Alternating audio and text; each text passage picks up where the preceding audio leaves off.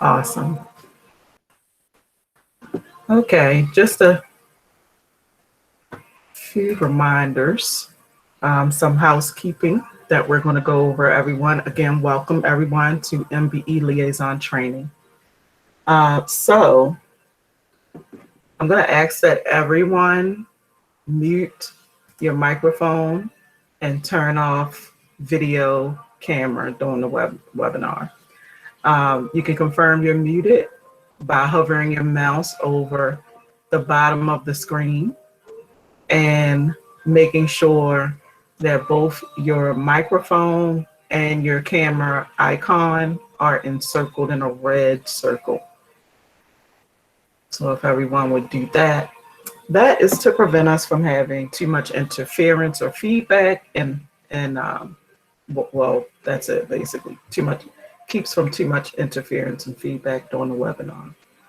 I am going to ask that you refrain from pressing any of the options on that same bar code as such as record, captions, or present now, as that would disturb the webinar as well. And you can use the chat bar or over here on the side in case you want to submit some questions. If you would like to actually ask your question personally, then you can go ahead and basically wait until questions are requested, or once I start speaking, you can go ahead and unmute yourself and ask your question at that time. We are going to have a break at some time during the presentation. I do ask that you please do not hang up. As you could see from me admitting several people, that would cause a disruption to have to do that all over again. And I think someone just told me that you can actually hear my music playing in the background, which I thought was low. So give me a moment, because I think it is mine.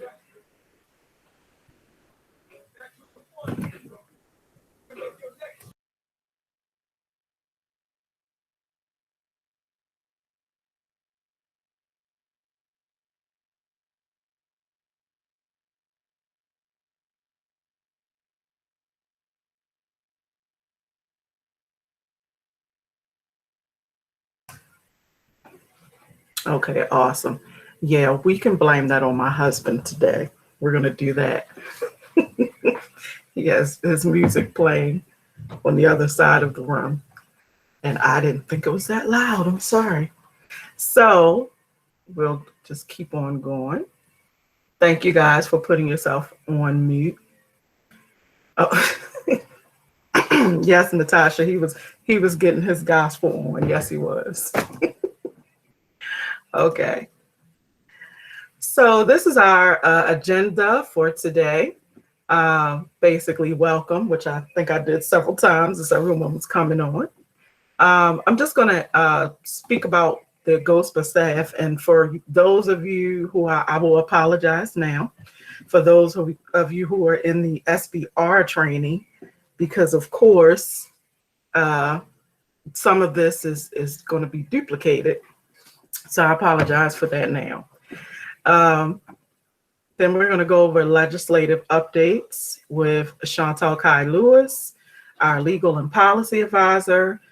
Best practices for goal setting, also presented by Chantal Kai-Lewis.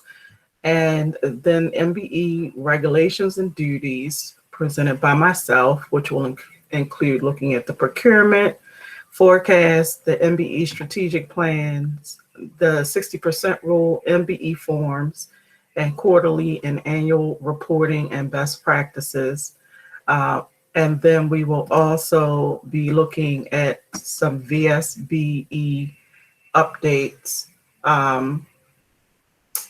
presented by Tanita Johnson, as well as myself, for the reporting portion of that, and then announcements and upcoming training dates.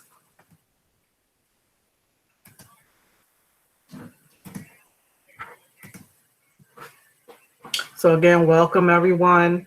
Just a note that the slide deck um, and recording will be, well, the slide deck is already available. It's in the meeting invite, and the recording will be added once the training is over. And within a week, it'll be available on the website in case, you know, you need to find it later.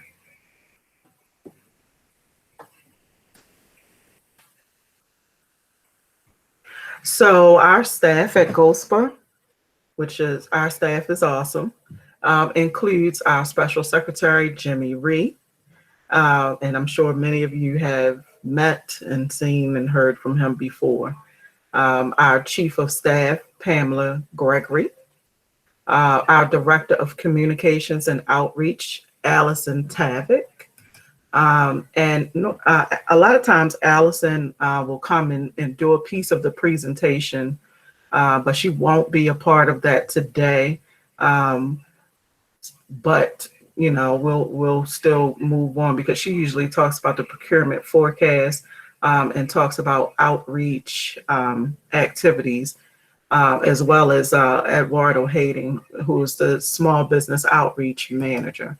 So I'll just make a quick note about that. Our outreach activities, such as the RSG and things like that, are suspended right now. We have not been having those, and so they are looking for how they're going to continue to be able to bring those events forward, even during this time where we're really not able to gather. So just look out for updates concerning that. If anyone is not receiving the small business outreach bulletins and things like that and notifications, you can go to our website and sign up for those on our website. Also part of our staff, Chantal Kai-Lewis, which I spoke about earlier, our legal and policy advisor, Lisa Mitchell-Sinar, one of our SBR compliance managers, Tanita Johnson, our other SBR compliance manager, and we'll hear from Tanita a little later. Myself, the MBE compliance manager, and Gerald Stinnett, our MBE compliance manager for the VLT lottery operations. Okay.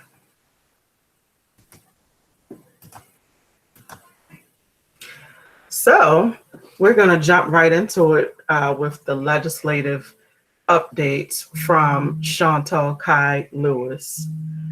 So Chantal, I don't even know if I saw if you were on here, but I'm assuming you're here. Awesome. Take it away. I was quietly jamming to your music. Okay, good afternoon, everyone.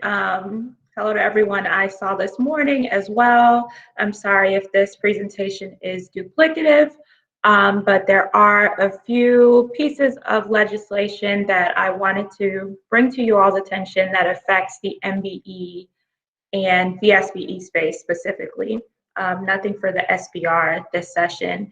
As many of you know, this year's legislative session ended quite abruptly due to COVID. It ended about 3 weeks early, and so a lot of bills did not make it past the finish line. In fact, I'm hearing that they are thinking about doing a special session, but we shall see. But these are two big ones affecting our program space that did go through. The first one being House Bill 313, which we refer to here as the P3 legislation. It essentially resurrected a part of statute that had sunsetted and said that P3 agreements, public-private partnerships under the transportation title, the procuring agency must consult with our office, the Attorney General's office, and the private entity that's in a part of the agreement, and establish reasonable and appropriate MBE participation goals and procedures for the project before it goes before the BPW for approval. And so that is a very key piece of legislation because, as you know, we're undergoing a lot of infrastructure development, and so this is going to be a key area for MBE participation to monitor. It also extended the application of the MBE program to other industries, such as the video lottery terminals, the casinos, as far as construction, and as well as offshore wind.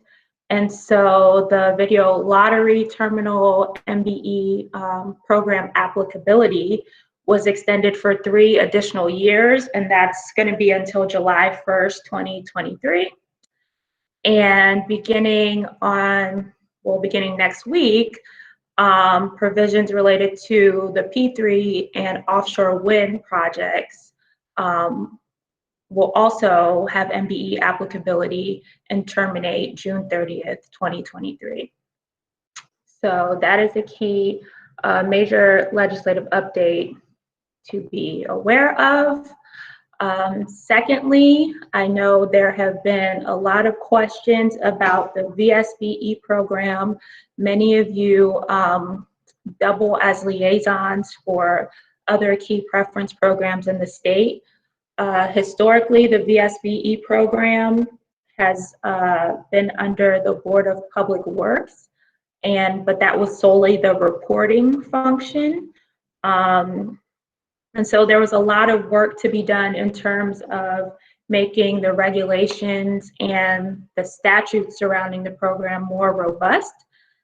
And so Senate Bill 532 established a task force for the VSBE program, which is staffed by DGS and is comprised of both internal and external representatives and stakeholders in the veteran community. Actually, the first meeting, it already kicked off last week, I think, well, 2 weeks ago, June 9th.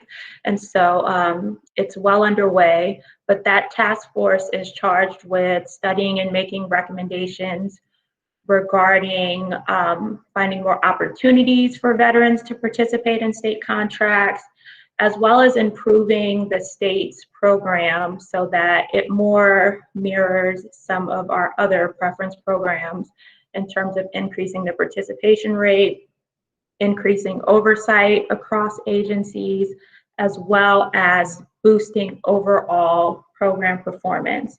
And we're slated to submit those recommendations to the governor on December 1st, 2020, but we will be using that work group as a baseline for developing the regulations surrounding those programs and just giving you all or anyone that's going to be representing the program more prescriptive guidance on how to administer it.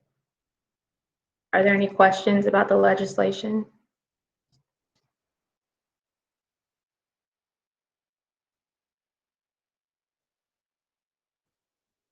All right. If not, we're going to move on to the PRG process. I know everyone loves this topic, and it's one that I like to cover because, as many of you know, the procurement review group is one of, if not the most single important indicator of success in our MBE and VSBE programs as well, because these are programs that are based on an aspirational goal. So how we go about setting goals at the outset of a contract is incredibly important to the success of these programs. And that's second. I think the second most important thing after that is only compliance monitoring, because absent a goal, we have nothing to monitor. But this is a critical aspect. And so let's get a little bit into the nuts and bolts of goal setting.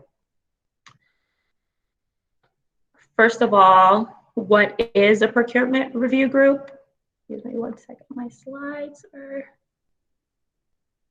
So the procurement review group is a standing group within each agency, and that group is charged with the process of reviewing solicitations, task order solicitations, proposed sole source contracts, and contract renewal options. So anything that is expected to exceed 200,000 must be assessed in order to maximize opportunities for MBE and VSBE participation. It's my understanding from the previous training that that threshold is lower for some agencies, and OSP requires consideration for $100,000 as the threshold. And so it varies from agency to agency, but in regulation, $200,000 is the threshold and per BPW guidance. However, as much participation as you can get. So if there's a lower threshold where you see that it's ripe for participation, then don't hesitate to do so, simply because it doesn't meet that $200,000 mark. So in order to fulfill this process, you should be using an official form, which is available on GOSPA's website in both Word format as well as Excel. And the PRG group should be making recommendations regarding the MBE or VSBE contract goals. And as a best practice tip, Nichelle has been preaching this all the past 2 months, probably since the beginning of time, but really, I mean, it's incredibly important in this COVID and post-COVID recovery period is we do not want to automatically exempt emergency procurements from MBE consideration. So if there is sufficient time between declaration of the emergency and execution of the contract, and it's a solicitation that is ripe for MBE participation, you should be considering an MBE goal. And many of you will find, if you've ever submitted to BPW an emergency procurement, I personally, when I review the dates and see when the emergency was declared and when the award is being made, if there is a pretty significant amount of time and if it's a pretty robust contract, we'll go back and ask, was MBE a consideration? Because it's incredibly important now more than ever to be engaging our small and minority business community. So please don't automatically exempt emergency procurements from that consideration. Additionally, in some instances, SBR procurements can be larger procurements over $200,000 and include more than a single element of work. In such instances, MBE goals should be considered as well. We're going to move on to the participants. The composition of this PRG group is statutorily mandated. As I mentioned, there has to be at least one standing PRG. The participants of the PRG must include the agency chief or senior procurement official, the MBE liaison, may also include SBR liaisons, procurement officer, and program representatives. So this should be a collective decision. There are instances where a PRG determination could require the assistance or support of legal counsel. And in those cases, please do not hesitate to use them. And of course, you'll see in the slide, you can use that BPW advisory for further guidance. Okay, so these are kind of the basics, but as you all know, the statewide aspirational goal is 29%. It's important to remember that that is an overall goal, meaning your aggregate MBE spend at the end of the year should equal roughly 29% of your overall procurement spend. Contract goals should not be blanket and should be considered on a contract by contract basis. And as I told the crew this morning, if I'm getting a PRG from your agency, especially for 25 million and up, and I see a 29% goal on there, my spidey senses immediately start tingling and the red flags go up. So just want to make sure that it's being considered for what you've actually identified in that solicitation. We're going to move on to sub goals. This area is a little bit dicey right now. They are and have been slated to be updated for some time now, but for now we are still utilizing the guidance that is available on our website. We're still working with the Office of the Attorney General to develop the best rollout plan to hopefully minimize difficulties with current procurements on the street and any potential retroactive changes that a sub-goal change could result in. So, but for now, we're utilizing the sub-goals which were established in 2011. These sub-goals were established to further diversify the firms we use to fulfill that overall goal. So the recommended sub-goals for each combined industry category are set forth in the chart you have on your screen, and the guidelines are available on the GOSPO website. But essentially, once an MBE participation goal is set for a contract, each agency must determine the appropriate sub-goals using the sub-goal process. And just a few reminders about the process from the worksheet. For procurements that are not expected to have a value that equals or exceeds 200,000, the sub-goal process is discretionary. Sub-goals are only permissible when the overall goal for that procurement is greater than or equal to the sum of the recommended sub-goals in that industry category plus 2. So there's that little buffer. If the overall goal for the contract is not greater than or equal to the sum of the sub-goals plus 2, an agency cannot use sub-goals on that contract. And a recommended sub-goal may not be set if the number of certified firms in the subgroup who are available to perform work on a contract is less than 3. So that's our key indicator for whether you should be setting a sub-goal for that particular industry. Are there 3 or more firms available to perform?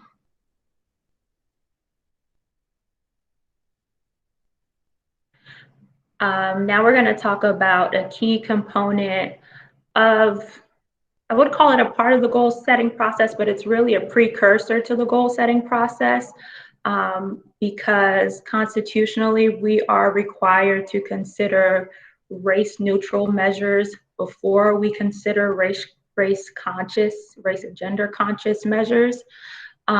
So each unit is strongly encouraged to meet the maximum feasible portion of the MBE goal by employing race neutral measures. And this is a pretty counterintuitive term, but essentially what it means is that these are methods that assist businesses, all businesses, without regard to their social, economic, racial, or sexual composition. So examples of race neutral measures include use of the SBR program or another small business preference program designation. It could also mean dividing a larger procurement into several smaller procurements where feasible. I've seen it done by region, for example, to allow more small and minority businesses to participate. It could also mean maintaining a database of qualified small businesses, including MBEs, in order to direct solicit and keep them informed of upcoming procurements. We are heavily pushing direct solicitation at this time, always, but particularly at this time.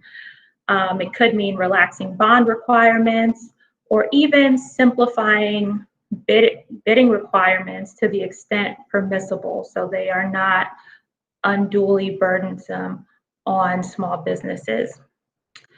It could be using pre-solicitation conferences to clarify complex solicitations and to link subcontractors with prime contractors.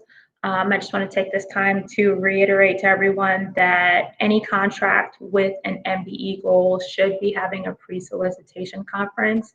I know it's a little more complex in this time of COVID, but if you can do them electronically or by some other means, you absolutely should be doing so, because that is the opportunity for the state to clarify to the vendors exactly what we expect. And so please take advantage of that. And also to explain to them, especially the MBE forms and other areas where they might get tripped up. This is not a time where we want to be limiting competition because people have screwed up on the forms or otherwise. And so if we can get those issues squared away ahead of the bidding process, that is going to be critical.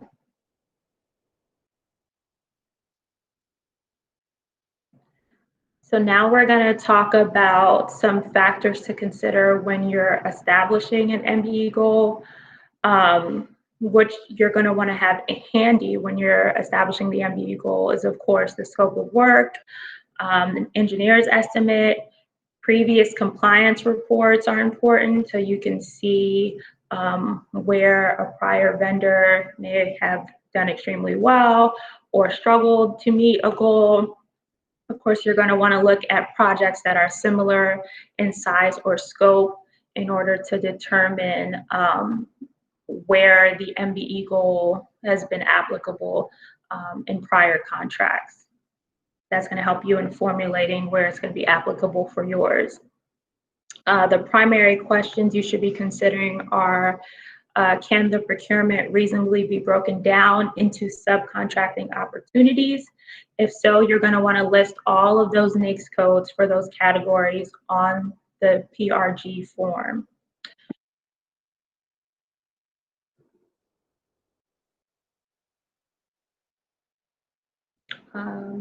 Sorry, I was reading someone's comment before the.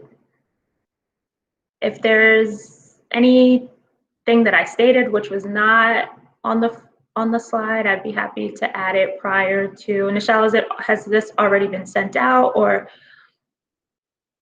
Yeah, it has been sent out, but there will be a recording as well, Okay. just so everyone knows. But the slides have been sent out, but they will be updated to the website as well. So if we need to change them, we can. Okay. Well, I'll be happy to send a supplemental slide or a link to even the BPW advisory, which probably goes even a little more in depth about considerations than I just had. So back to considerations for the MBE goal are, you're going to want to look at whether MBEs are available in the primary and subcontracting categories required in the procurement. Again, there should be at least 3 MBEs available. And when you're looking at availability, you're going to want to look at where these MBEs are located.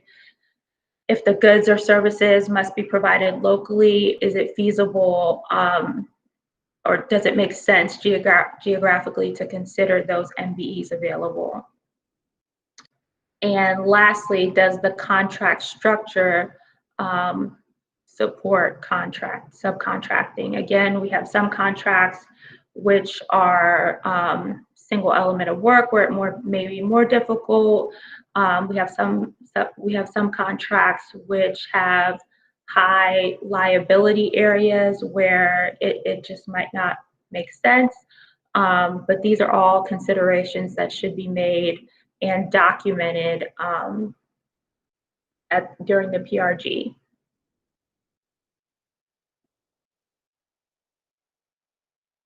So now we're going to move on to goal setting and counting. Just a couple reminders. MBE primes are allowed to self-perform up to 50% of an established contract goal and 100% of any sub-goal that they may qualify for.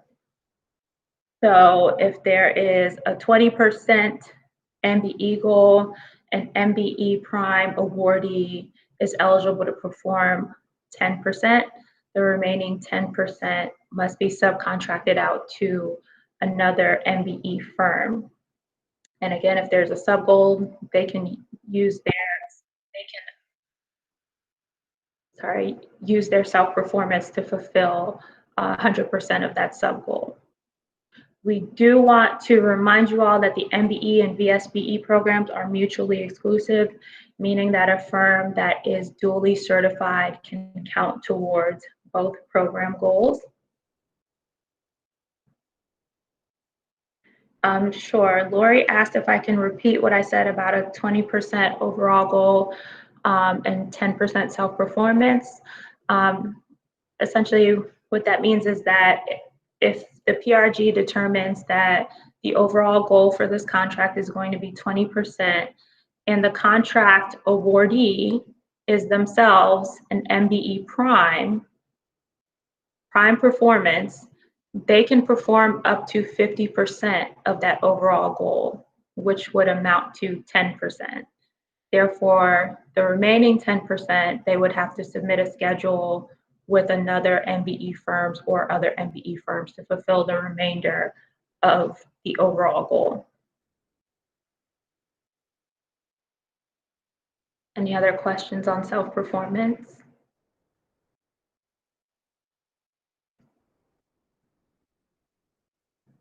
Okay. Lastly,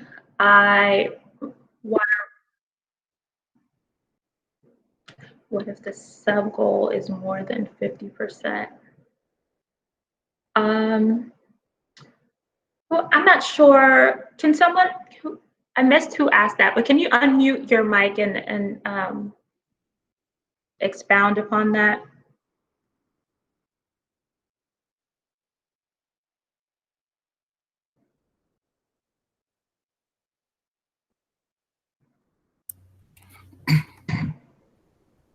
Hey, Chantel. Hey. I can kind of answer that question. A sub goal will never be more than 50% of the overall MBE goal. So when you look at the calculations for sub goals, you may have 7% for African American and 4% for woman owned. And that's the maximum. So a sub goal will never exceed. And an MBE prime can not only self-perform up to 50% of the goal, but they also can perform the total amount of a sub goal if they fall within that category. That's correct.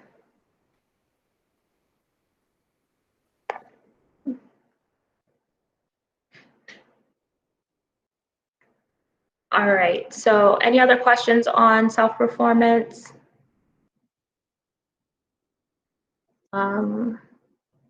Victoria, we can talk offline if you have any further questions. Sometimes it's easier to see it visually. So moving on to the 60% rule, I know this one has caused some grief for some folks, but essentially what we want to remind everyone is for the goal setting process, the 60% rule has to be considered. So that rule states that only 60% of the material or supplies purchased from a regular dealer or supplier count towards the project's overall MBE goal. So what does that mean for you when you're setting a goal on a supply contract? That means if you know that there's a fixed amount of materials or supplies that have to be purchased, and those amount to 5% of the overall contract goal, you're going to want to set the goal for that line item, for that supply line item, at only 3%, because that's 60% of 5. I have a question. Sure. Does a 60% rule apply to capital equipment? So what equipment? I'm sorry, I couldn't make Capital equipment? I would imagine it. That's why it applies to all supply purchases. So I would think capital equipment would fall under that category. And what about intangibles like I'm sorry, Marvin, your mic is going in and out a little. I'm having a little difficulty. yeah, I'm not sure. What about intangibles like site licenses? I have not seen it apply to licenses. So it's solely for supply purchase of goods and supplies. Okay, thank you very much. You're welcome.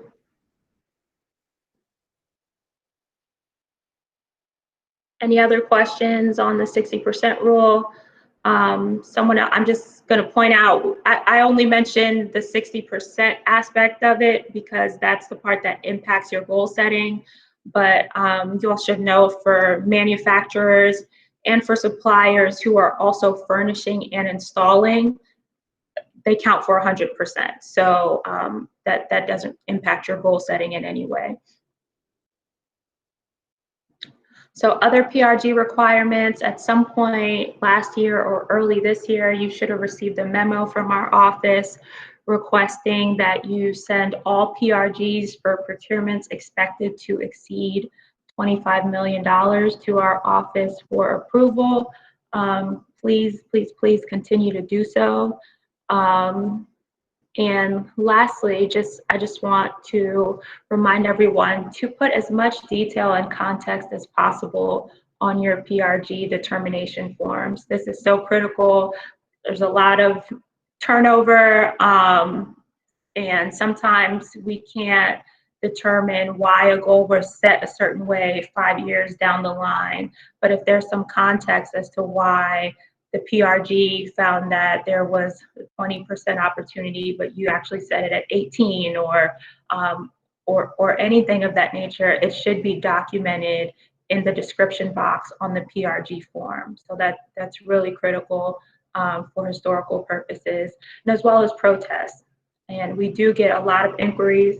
I mean, Maryland has a really sharp business community, and they're on top of it, and they're on top of these goals, and they will protest and they will inquire as to why the goals don't reflect what they see in the marketplace. And so you want to make sure that anytime you're setting a goal, you have the documentation to back it up.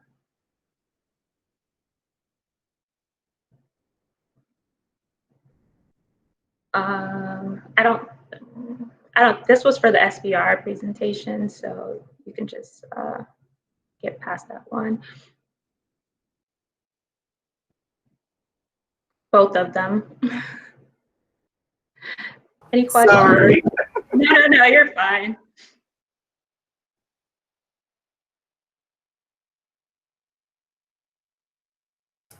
Any PRG questions? Well, if anyone has any questions later, can you hear me well? Yes. Okay. If anyone has any questions that they think of later, you can definitely email us, and we'll get you an answer to that. Thank you, Chantal. Thank you. Bye, everyone. Janelle, we actually will be discussing Schedule D and E. You're talking about the SBE and MBE forms?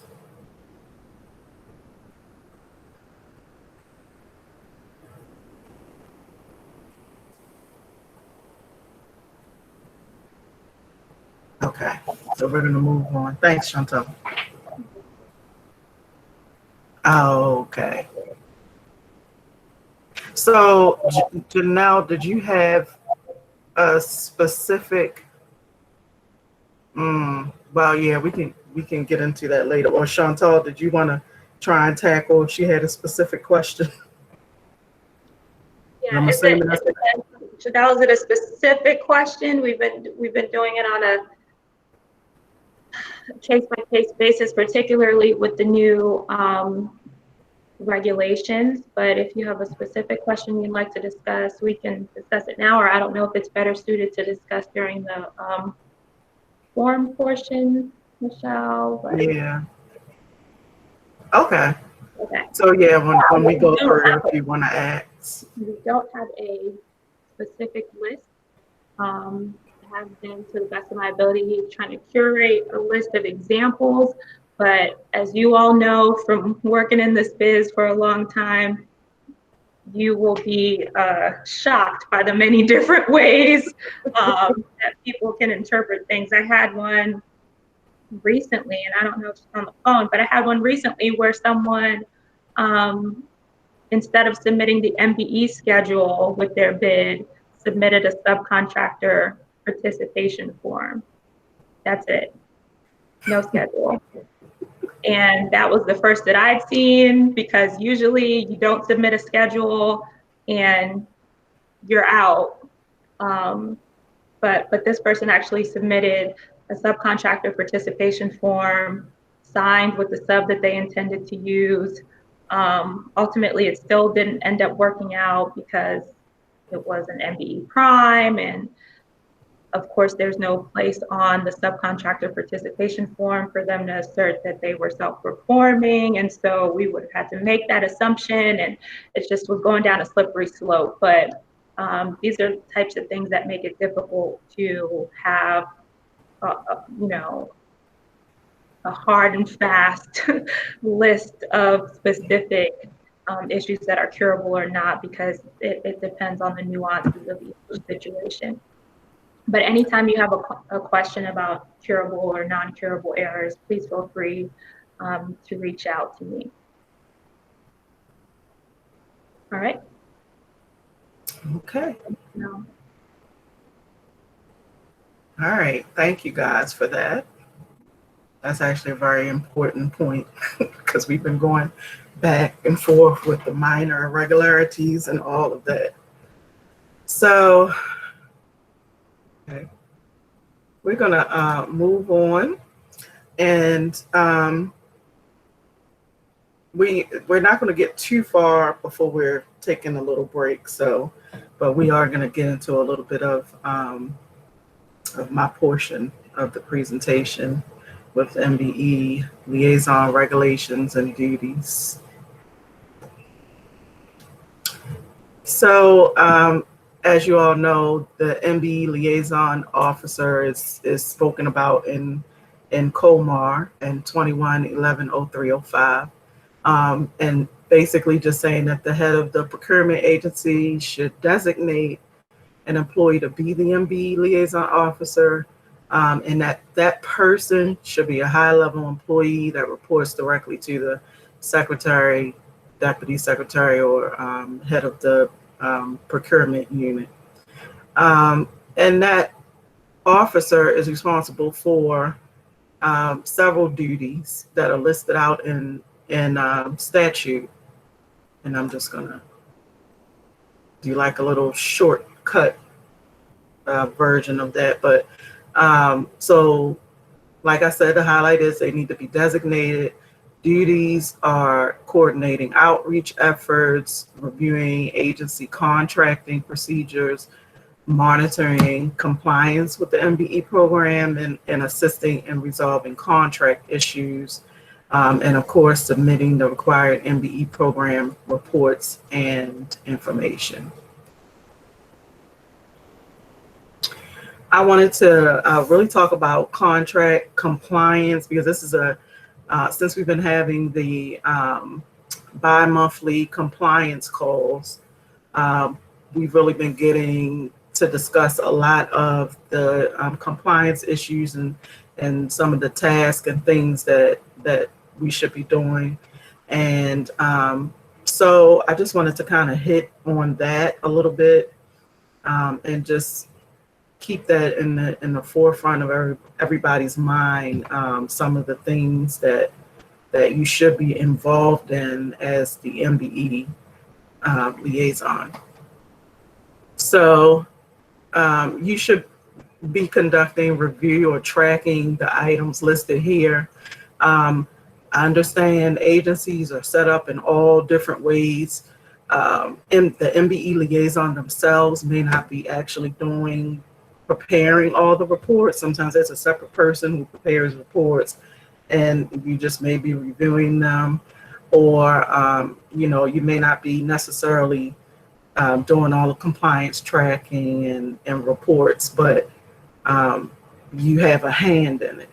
So however it's set up, you should know about this information. You should be reviewing this information and tracking it, and especially the items that, of course, affect the end of year and quarterly reports that you turn in. So some of like the pre-contract tasks is like Chantal was talking about earlier, being involved in a procurement review group. And I actually had spoken to a couple of liaisons and found out that they were not involved in the procurement review group, which was really interesting to me. But yeah, you should definitely be participating in the procurement review group, as Chantal said, in pre-bid conferences and reviewing bid paperwork. You have to look at those MBE forms, just all of these things you should be involved in and doing. And so those are like pre-contract tasks, and then post-contract tasks.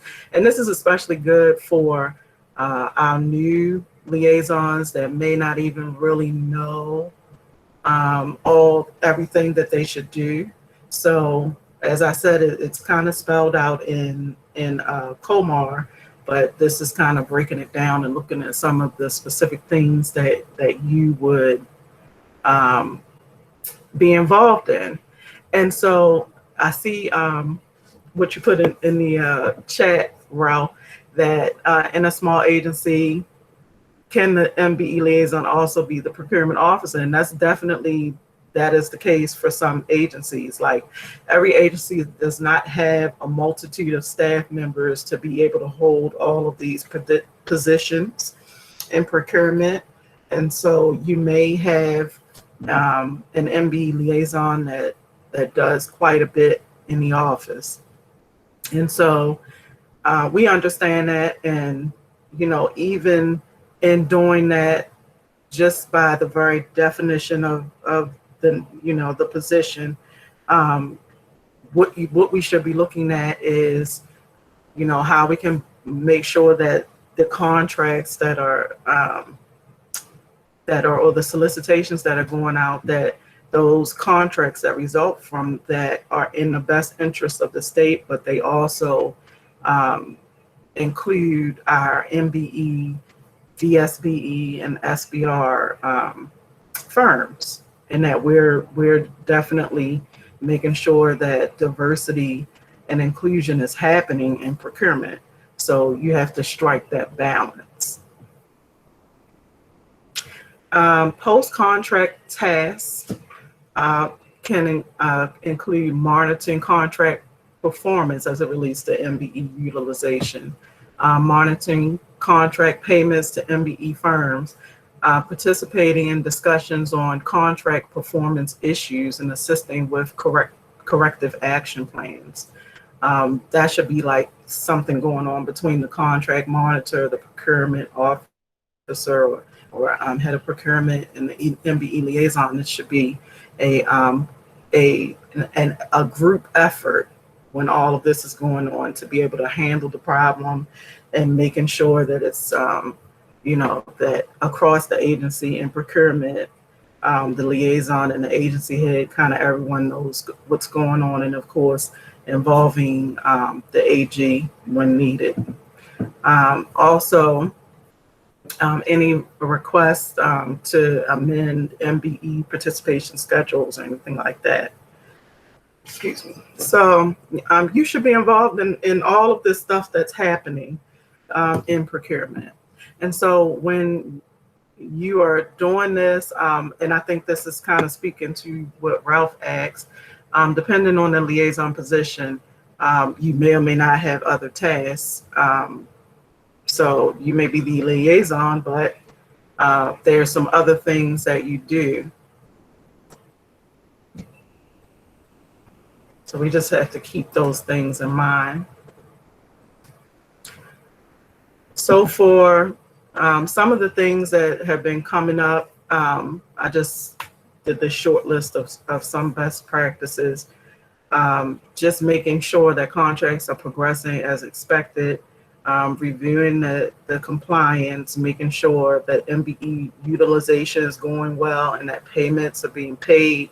Almost is kind of a way to make sure that nothing is happening or nothing blows up that you didn't know about.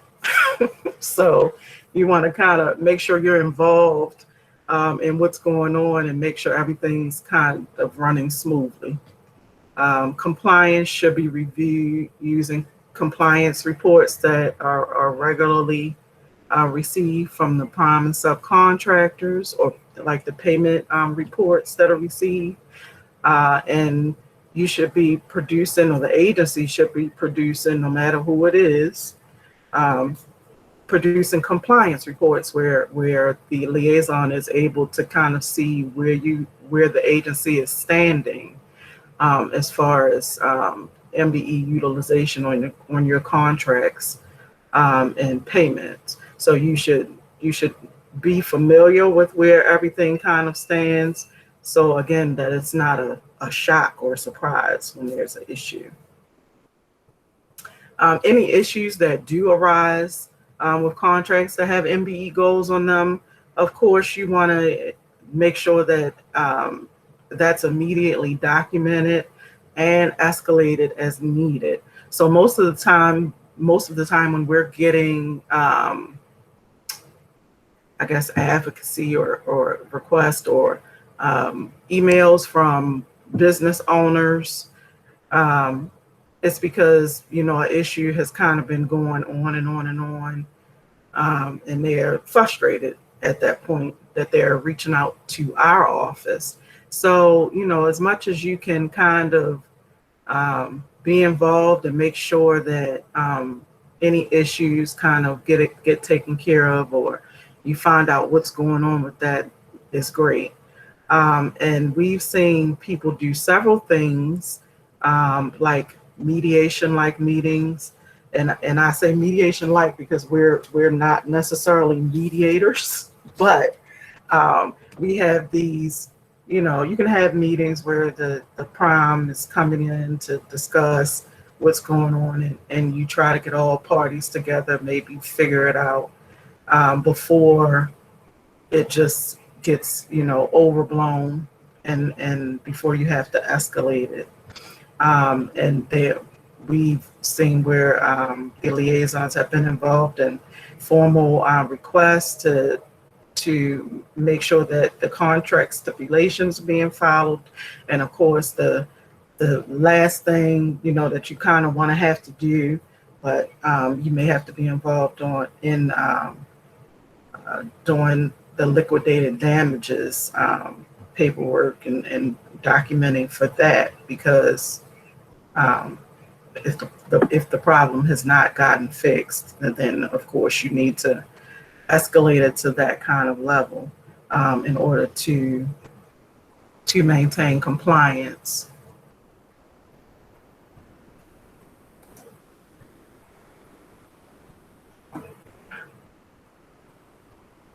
Okay, I'm sorry, I was looking at a comment. So Andy, you can go ahead and do what you need to do. You may want to send yourself the meeting link, and to be able to do that, and just see if you're able to get in. If you have any problem, you can definitely email us, and we'll try to help you as best we can. Okay.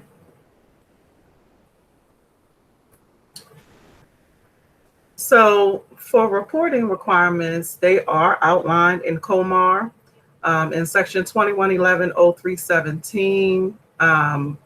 It talks about reporting. It not only discusses like the annual report, but it also goes into waivers and that kind of report. So you know you submit that waiver report um, annually, and as issued, you send us the information, but then that waiver report is done annually. So all of that is included in this section of COMAR. And also in the Maryland State Government Section 1246, it also talks about reporting requirements for the agencies. Whenever we are, so like now we're about to go into the annual report season, and we've already updated our toolkit with the other reports that are due within a few days, which are the strategic plan and the procurement forecast. These are always updated on our MBE reporting toolkit. And this just, this example just shows you the annual report and how all the documents are listed here, including the reporting manual and all of that, and the quarterly is here. But also, like I said, the strategic plan, procurement forecast are all there for you to be able to download and use. And you always want to make sure you're using the latest documents for reporting purposes. So the procurement forecast, those of you who were on a training earlier today, you talked about this, but basically it's capturing purchases of 100,000 or above. But we've seen, we like anything that you send us, we'll add it in. So even if it's under 100,000, it can be included. And we stress the importance, excuse me guys, my voice is cracking. We stress the importance of including contact information for each projected purchase. So whoever's the person who's handling or would be handling that upcoming solicitation, if you have that information, please include it. And if the thing is, if it's not included or if it's missing, then those are the times that we may get calls, and we would give the liaison's contact information to whoever the business owners or public who's calling us to try to find out more information about that particular upcoming purchase. The plans, as I was talking about earlier, are due on June 30th. Which is in a few days. So hopefully you guys have already, started on those. And the updated templates have been in the toolkit since April, and they'll remain in the toolkit for you guys to be able to download a copy of that.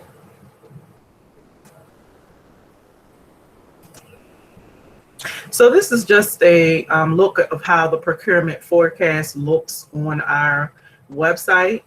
And as you see, the public can search by agency, procurement category, contract value, or even region to be able to find projected purchases. So this is just what they see.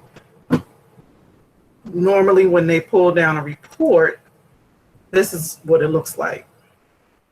And so this is an example of what we were talking about with under like transportation, state highway, and environment. Here, the third and fourth line, there's no contact information.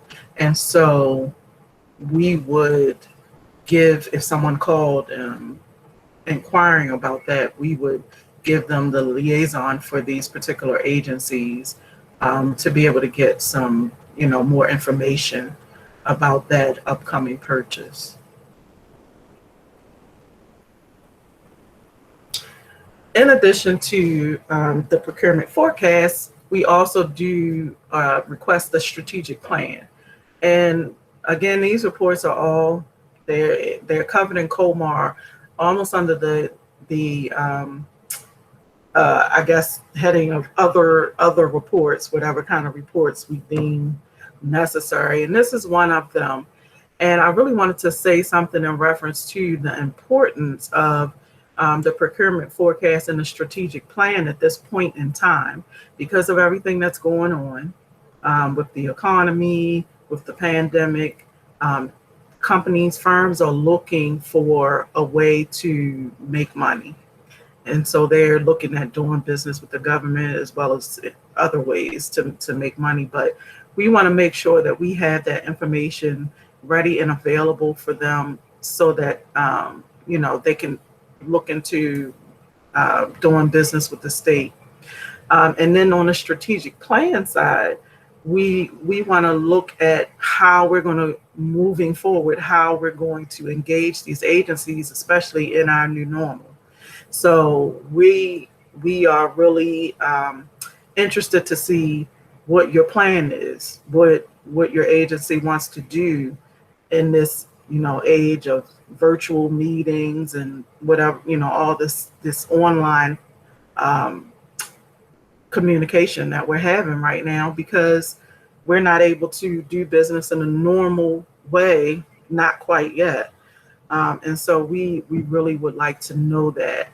And then also that gives your agency the opportunity to think about these things because this is what we're dealing with right now. So how are we going to not only keep the level of engagement that we've had, but increase it in this time, because our small businesses, minority businesses, women-owned businesses, they really need the opportunity to be able to make money. And so, this is just something to think about. So we do ask that you kind of think outside the box, that you provide us as much detail as you can. And this plan is also due by June 30th. And I know one of the questions we got was in reference to pushing the deadline. We aren't going to push the deadline. It is going to remain June 30th.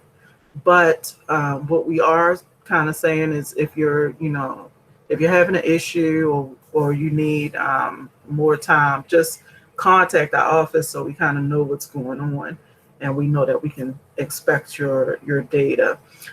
And for those of you who were on the morning call, Lisa mentioned the fact that we kind of had a few agencies inquiring about the data being requested all the way up through the end of the fiscal year, even though the report is due June 30th. And so we moved that back. And so now the strategic plan submission only includes up to Q3.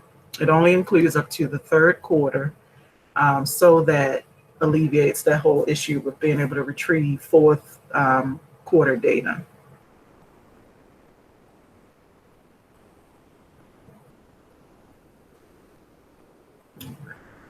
Did anybody have any questions about that? Just making sure.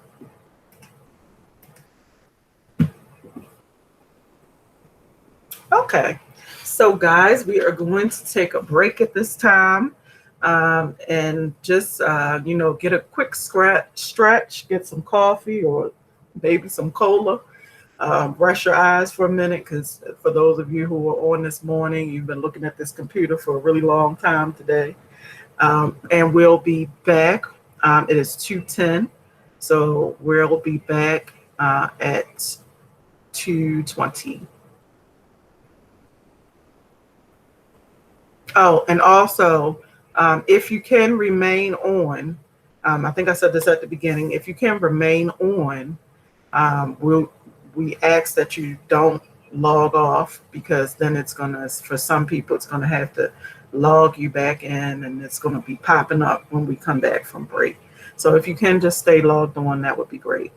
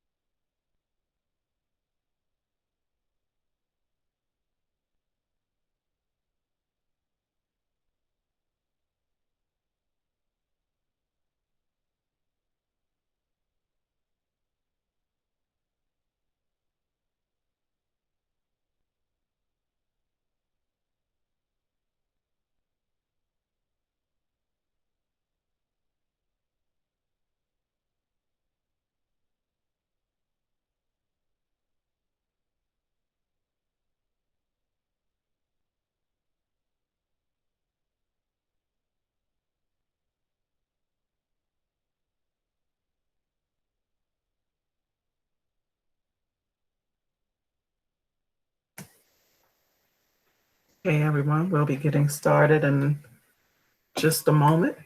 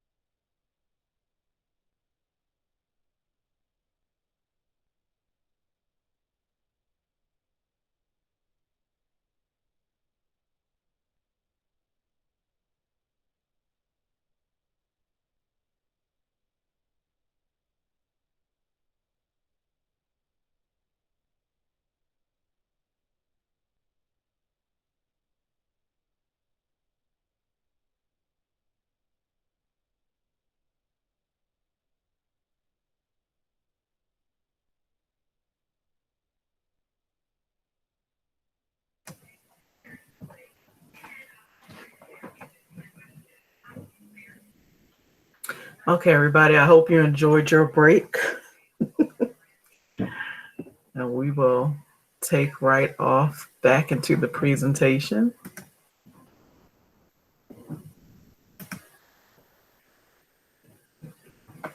So we're jumping in head first, talking about the whole 60% rule that Chantal mentioned in her presentation, just to go into all the background about it. So basically, it's a narrowly tailored program, and it's just making sure that MBE credit is given for work that is actually performed by the MBEs themselves, and not, other,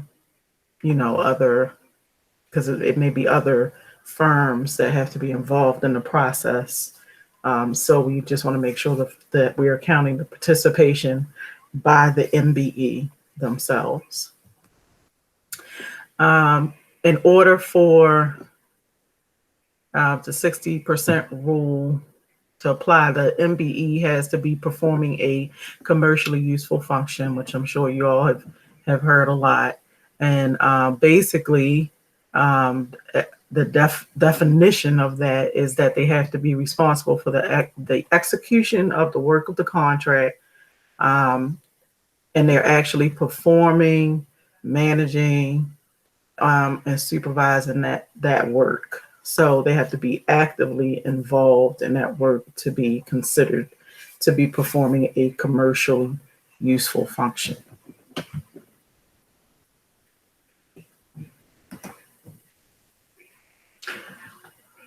So this just tells you the law, the legislation, its effective date, and basically it mirrors the DBE rules. I'm sorry. Was somebody saying something? Okay. That mirrors the DBE rules. So basically the 60% rule is saying that 60% of the work that the firm is doing will be counted for MBE participation. And so we're going to talk about those three classifications of supplier, which is the manufacturers, which I believe Alan and Chantal were kind of chatting about in the morning session. Manufacturers, then we have regular dealers or wholesalers, and then a subset of that is furnish, or regular dealers and wholesalers who also furnish and install, and then brokers. So with manufacturers, 100% of materials or supplies obtained from an MBE manufacturer can be counted toward the MBE goal. Basically, a manufacturer is a firm that has an establishment, a factory or something like that, and on the premises, they produce the materials or supplies, equipment, whatever's required under the contract, specifications. So 100% of their participation is counted.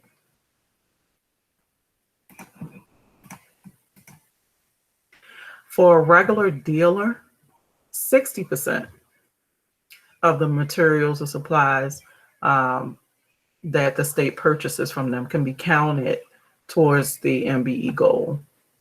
And what a regular dealer is a firm that may own, operate, or have some sort of store or warehouse where the supplies and materials that are part of what's required by the contract are kept. And they regularly do that. They regularly sell or lease, like to the general public or whoever, these materials. So, and the whole deal with this is just to kind of make sure that no one's, you know, as an MBE liaison, when you're looking at this, if you have somebody who's listed as a dealer, kind of just want to make sure that they're not more so operating like a pass-through.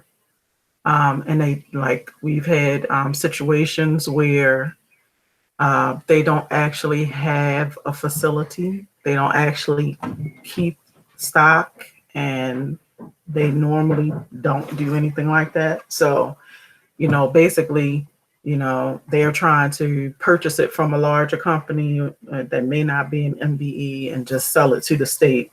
But if it doesn't fit this definition, they're not considered a regular dealer.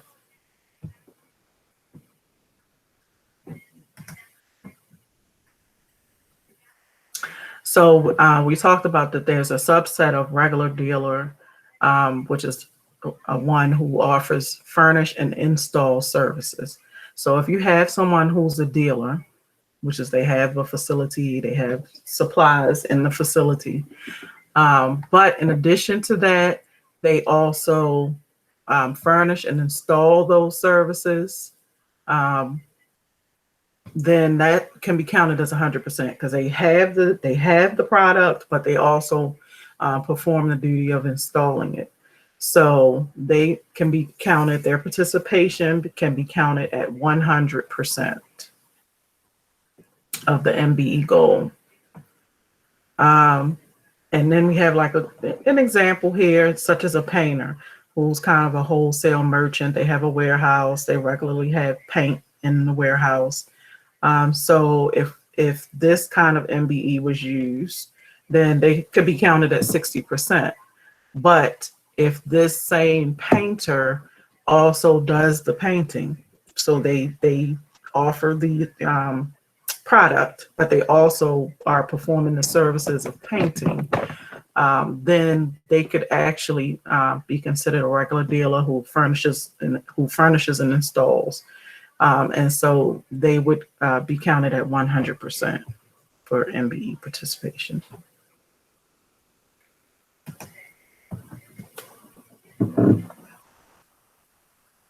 For a broker, that's a little different. So for a broker, you would basically be counting fees only. So you would count the entire amount of fees or commission that has been charged by them for assistance in the procurement of supplies and materials, or for transportation and delivery of those supplies and materials. But even with that, we have to make sure when we do have a firm like this, that their fees must not be excessive. They must be reasonable. And that's in comparison with similar services by similar companies. And you do not count any portion of the cost of materials or supplies, just the fees.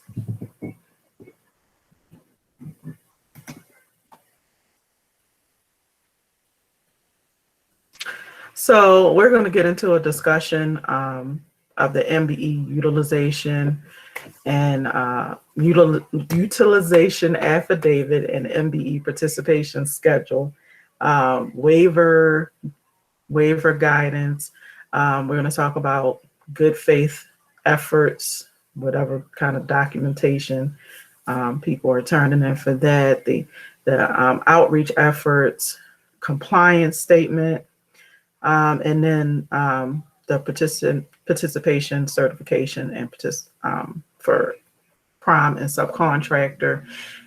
This is that if someone saw that question earlier where we were talking about the Schedule D, and this would be the Schedule D, which is the MBE forms. So they're kind of spoken about in regulation.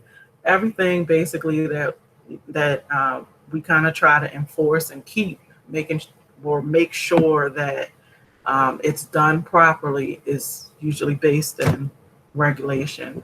So that's outlined in 2111-0309. We don't have to go through it line by line, but it is here, and you guys can have it, when you get or most of you had the presentation now, so that you can, be able to look at that for yourselves. So the MBE utilization affidavit and participation schedule, it should be submitted with the proposal.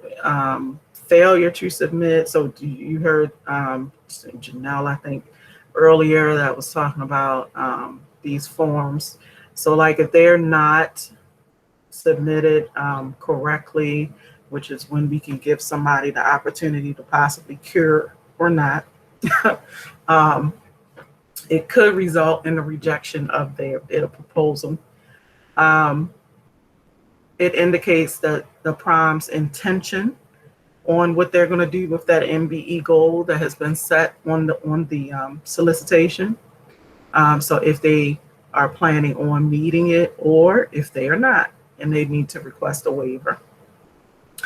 Then it provides whatever the specific commitments to each named MBE are, what they are, and the specific work they will perform. And again, we see this about commercially useful function. So, the MBE must be performing a commercially useful function that is a scope of work on the project or on the contract. I remember, I want to say it was a SPAG meeting where we had an example basically that was saying that it was, I think it was like paint supply was the contract. And so that was, one thing, but one of the MBEs that was on the contract, their function that they were supposed to be serving as what was submitted on the MBE form was that they were going to basically do calling throughout the state to try to get people to purchase paint. And so it was like a whole, thing about that, because they did not feel like that was, that wasn't actually service. So we're paying you for paint supplies, but you want us to count participation from an MBE that's basically they served a function for the main contractor to get them more business, but they weren't serving a commercially useful function for the state. So that was I thought that was really very interesting, but those are the kind of things that you may see where an MBE is listed and they're not even doing anything that's looks like a scope of work on the contract. And so that would be not, performing a commercially useful function. And also Chantel earlier talked about the MBE primes who can self-perform. So here's where they would indicate if they were going to be self-performing. So this is part of the Schedule D here. And this is where the firm basically has to state if they are going to meet the participation goal or if they feel like they need a waiver.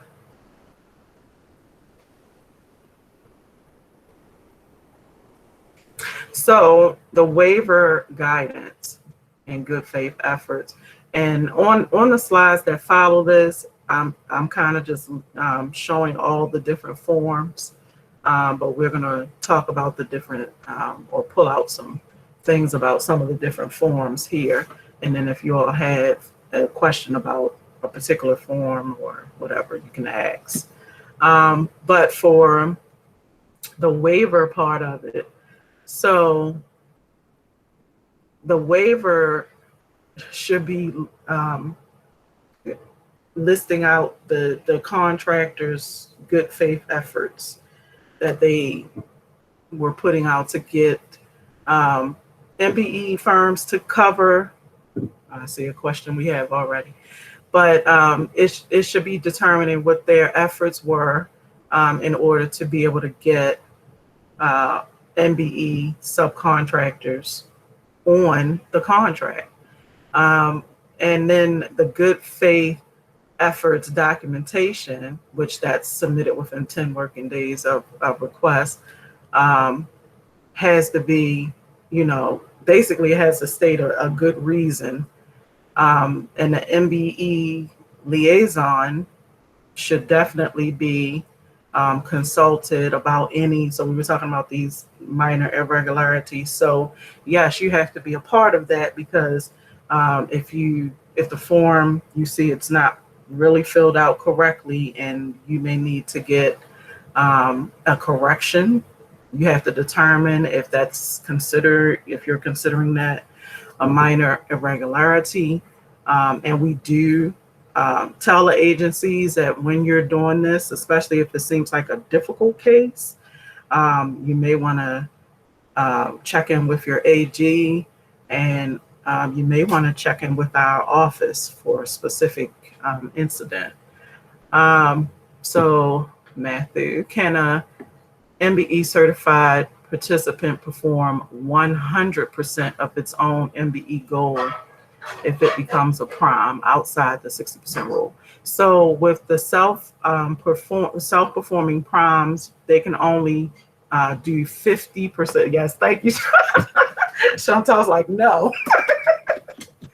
They can do 50% of the MBE goal. So yeah, the answer is no. They can do 50% of the MBE goal and 100% of one sub goal.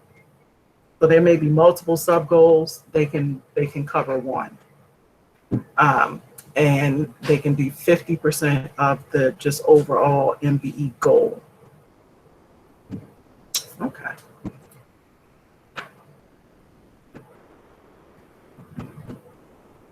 If I can get my mouse in the right spot, we can move on. So this is just showing the waiver documentation. So the Schedule D has, I counted it at one point, but now I don't remember, but I think it's 20 some pages. I don't know, but there's a lot that's included in the Schedule D that, we need to make sure that the contractors, the prime contractors, utilizing, especially if they're asking for a waiver. So this good faith efforts documentation, the unavailability certificate, all of this paperwork is paperwork they should be attempting to get filled out if they're serious about requesting a waiver and really want to be able to show that they reached out to firms and the firms were just unable or unwilling or whatever to be included in the contract. So they have to be able to show that they did some work And I think that's the main thing. They should be showing that I did diligently try to get MBE firms to participate. And if they did or didn't, then, you know, what happened, why, and how many did you get, and all of that. So they should be showing you how many firms they reached out to, contacted, you know, that they are saying they cannot participate. It shouldn't just be, well, I couldn't find anybody, I need a waiver, and no paperwork to back it up. So you have to make sure. The outreach efforts compliance statement is usually requested if there's an intent to award, basically asking for the MBE's outreach efforts and what attempts they made, like I was talking about, the assistance to get subcontractors for the contract. And again, that's within 10 days, you have to submit that. So when they're failing, yes, Gary, emails, phone logs, whatever they have, they should be submitting that, because they should be saying to you, I tried, I really tried, and it didn't work out. Yes, all of this they should be submitting to you so that you can clearly see that they really tried to get MBE participation or MBE's subcontractors on the contract. So let's talk a little bit about the MBE participation certifications. So once you have those named MBEs that you submitted, within 10 working days of you being notified that you're the apparent awardee, excuse me, you guys, you should be submitting the certification for the MBE firms. The prime has to complete and sign the form and present it to the subcontractor for signature. And the M that has to have the MBE's name, the dollar amounts, percentages, work descriptions, and they must be consistent with the utilization affidavit that was turned in. And they should always verify their information before signing off. If there are like questions or so the way it works, because we get these phone calls sometimes too, but the way it works is if there are questions or issues, whatever, they should be contacting the procurement officer, the MBE liaison, or asking these questions. These are the primes. So they, contacting, asking questions if they're having a problem or they're confused about the forms. We get these questions sometimes, and we'll answer them, but we limit answering anything for any active bid, because sometimes they're trying to ask specific questions, and we do not do that. So they need to really be contacting the procurement officer and MBE liaison. And this is, something you can make clear in, say, for instance, like the pre-bid conference. And then, of course, a copy should be held by the subcontractor themselves, the prime, and the agency. And this is just showing the certification form. And then the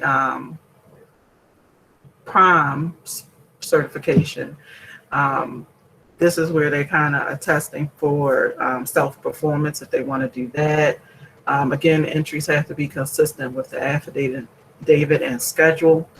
And they're confirming what percentage of work that they want to perform themselves. And it must match up with the NACE codes that fulfill a commercially useful function. And of course, as always, this is subject to confirmation via field inspections, office visits, whatever. And this is just an example of what they look like. Okay. So unless somebody had a specific question or something, we'll move on into quarterly and annual reporting. I don't know if I'll get you guys out as early as the morning session, but we'll try to make it as close as possible. I have a question. Yeah. Can you hear me, Michelle? Can you clarify the 10 working day rule that you mentioned earlier? So that's after, that's when they're notified that they're the apparent awardee. That's when that 10 days. So shouldn't the prime contractor be direct soliciting their MBE firms 10 days prior to the bid closing? Well, this is not talking about soliciting them. This is more so once you already turned in that. So this is once you already turned in the affidavit that you named your MBEs on. So you should already know who they are, the ones that you intend on using. And then once they review everything, and if you're the one who's notified that you're the apparent awardee, then you have to get that 10-day paperwork. Yes. And Chantal, our legal and policy advisor, is kind of echoing that in the chat. But yes, that's that 10 days. Okay. When you talked about the waivers, did you mention that fact that the prime contractor should be direct soliciting MBEs 10 days prior to the bid closing, because that's part of the waiver evaluation? Well, so when the waiver is going on, you should already kind of know. You should have already been soliciting, correct? You should have already been soliciting MBE firms, and at that point, you should know that it was difficult to find a firm, or it was difficult to really get anyone to say that they would, definitely be interested in doing that. So you should know at this point that you're having trouble. Yeah. Well, I guess from experience, what I think the MBE liaisons in this meeting should know that if a contractor is asking for a waiver pre-award, Yeah. they need to be reaching out to these MBEs 10 days prior to the bid closing, or they can be rejected for that. Yes. So that's the before. And I think Chantel's kind of saying that in the chat is so I think part of what I was talking about was post award being, and then you're talking about pre-award, what you should be doing. So yes, that's definitely true that you should be soliciting the firms before you're ever even saying, I need a waiver. Well, because if you didn't solicit anyone, how do you know you need a waiver? Some contractors will direct solicit MBEs the day before the bid closes and then say, I didn't get any responses. And that's not an excuse. They have to do it 10 days prior to. That's a key piece of information. Then also in the waiver documentation that you were talking about, the method in which you solicit MBEs, the first point of contact has to be different than the second point of contact. So if you email blast the first time and then you go to follow up and you email blast again the second time, that's not the right way of doing it. And in the guidelines, it points that information out. But when the MBE liaisons are reviewing their waivers, they need to be aware that, they email blast the first time and they follow up with a phone call is fine. But if they email blast the first time and the second time, that's not okay. So, there's things like that will make or break a contractor when they're asking for a waiver.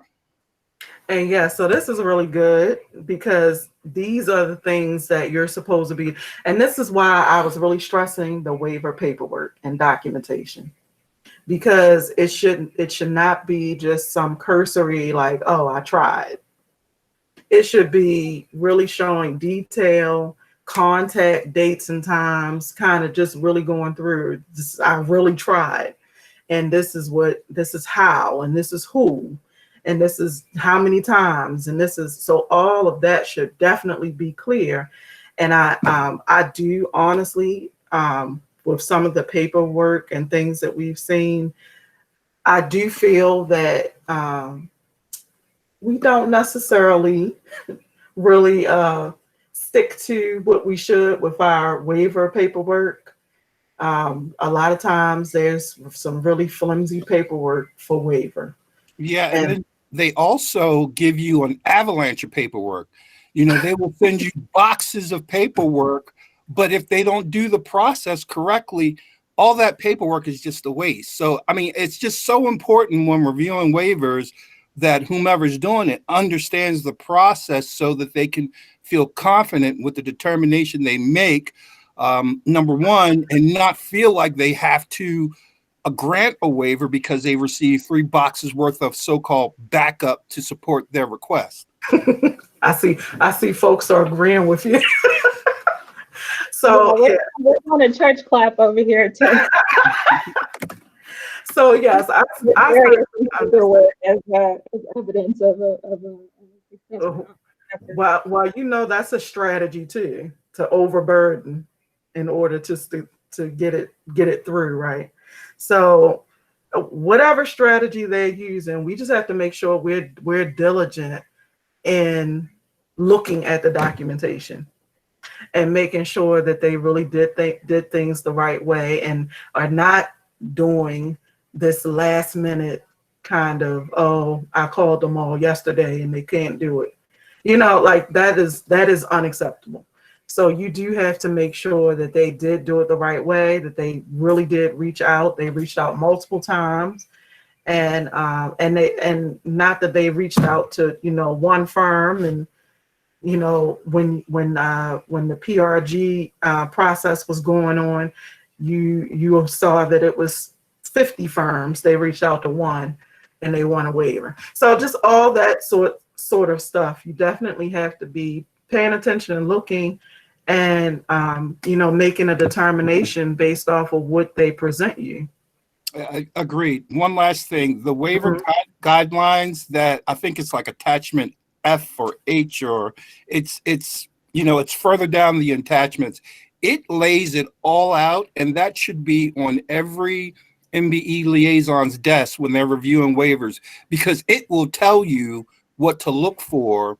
And they should also be including it in their solicitation and talk about it in their pre-bid meetings, because it's the outline, it's the blueprint of, you know, basically meeting your goal. Because if you do what that document says, you'll meet your goal. Yes. Yeah. So you should definitely be talking about that in pre-bid, because you're supposed to be, or should be, at pre-bid. The MBE forms should be gone over in pre-bid. So that is the opportunity where you can talk about all of this stuff. And I think we were, I want to say in SPAG maybe, or in a compliance call, but we were talking about that's also a good time to talk about prompt payment and all of these things. So the pre-bid conference is an awesome opportunity to really let firms know what is expected of them, and so that they're not, I mean, it just can't be a shock when their, you know, bid is rejected because they didn't include everything, or they didn't do the paperwork properly, and it's just not curable. So, you know, just things like that. And so I think the conversation, so thank you for that. But also the conversation in the chat is really good. So I'll try to do include the chat transcript as well after the meeting, and the recording, of course. So yeah, this is a really good discussion, because I think waivers are really glossed over for some reason, but they should not be, because they are detrimental to the program's success. If we allow everybody to just get a waiver and no documentation or not enough documentation to really warrant doing that. Okay, guys, we're gonna have to do speed talking in a second, but we're gonna look at the quarterly and annual reporting. So I'm just going to go through this, and I know some of you are very familiar. And I will say, if you're a new liaison and you're trying to get the hang of this, and I've already been doing this with some of the new ones, that you can definitely contact me, and we can do a one-on-one session, and we can, just us work through all the different documents and reports that are used. So, and we also have a reports presentation that is on our MBE toolkit that is only about the quarterly and annual report. So if you want to check that out as well.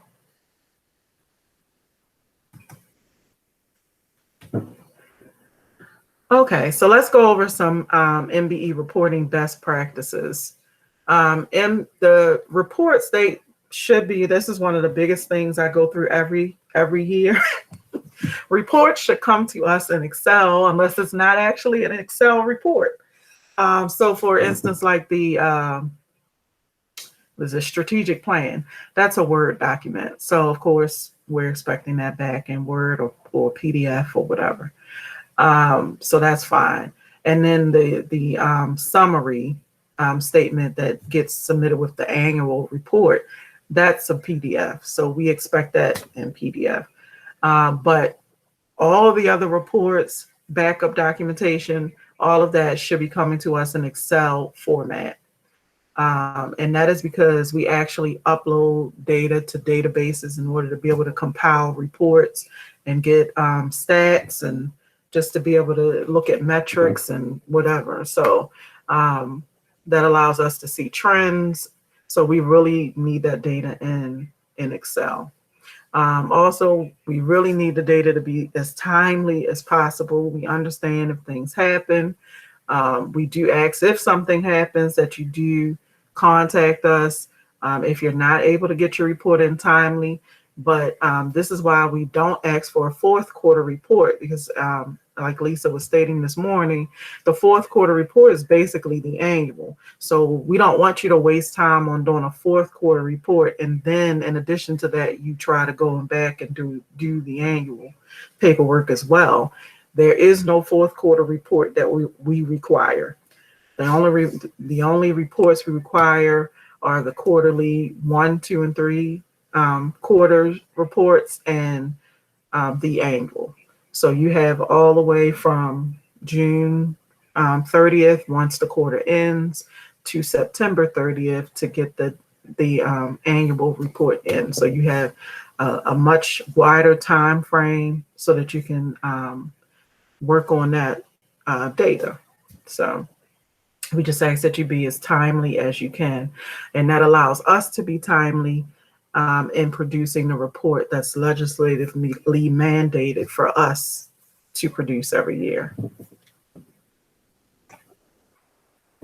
So for some best practices, it's always a great idea to review the latest fiscal year reporting manual when it first comes out.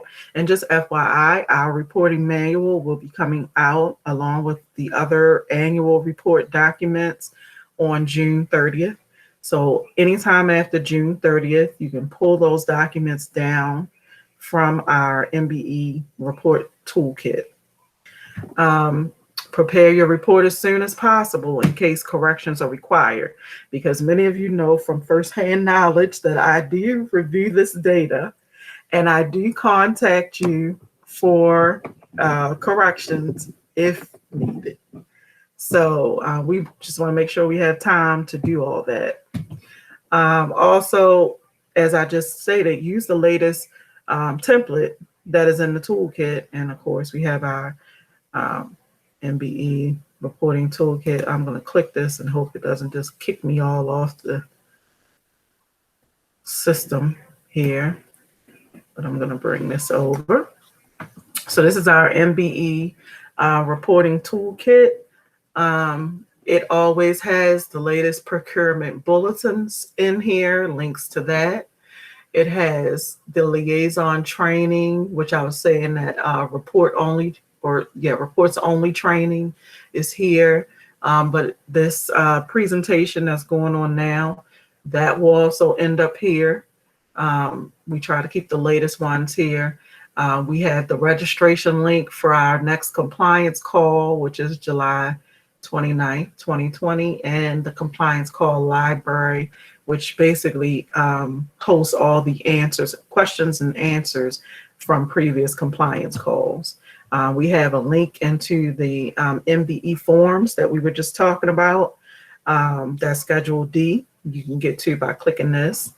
And we also have, like we were talking about, the strategic plan here, the procurement forecast templates here for you.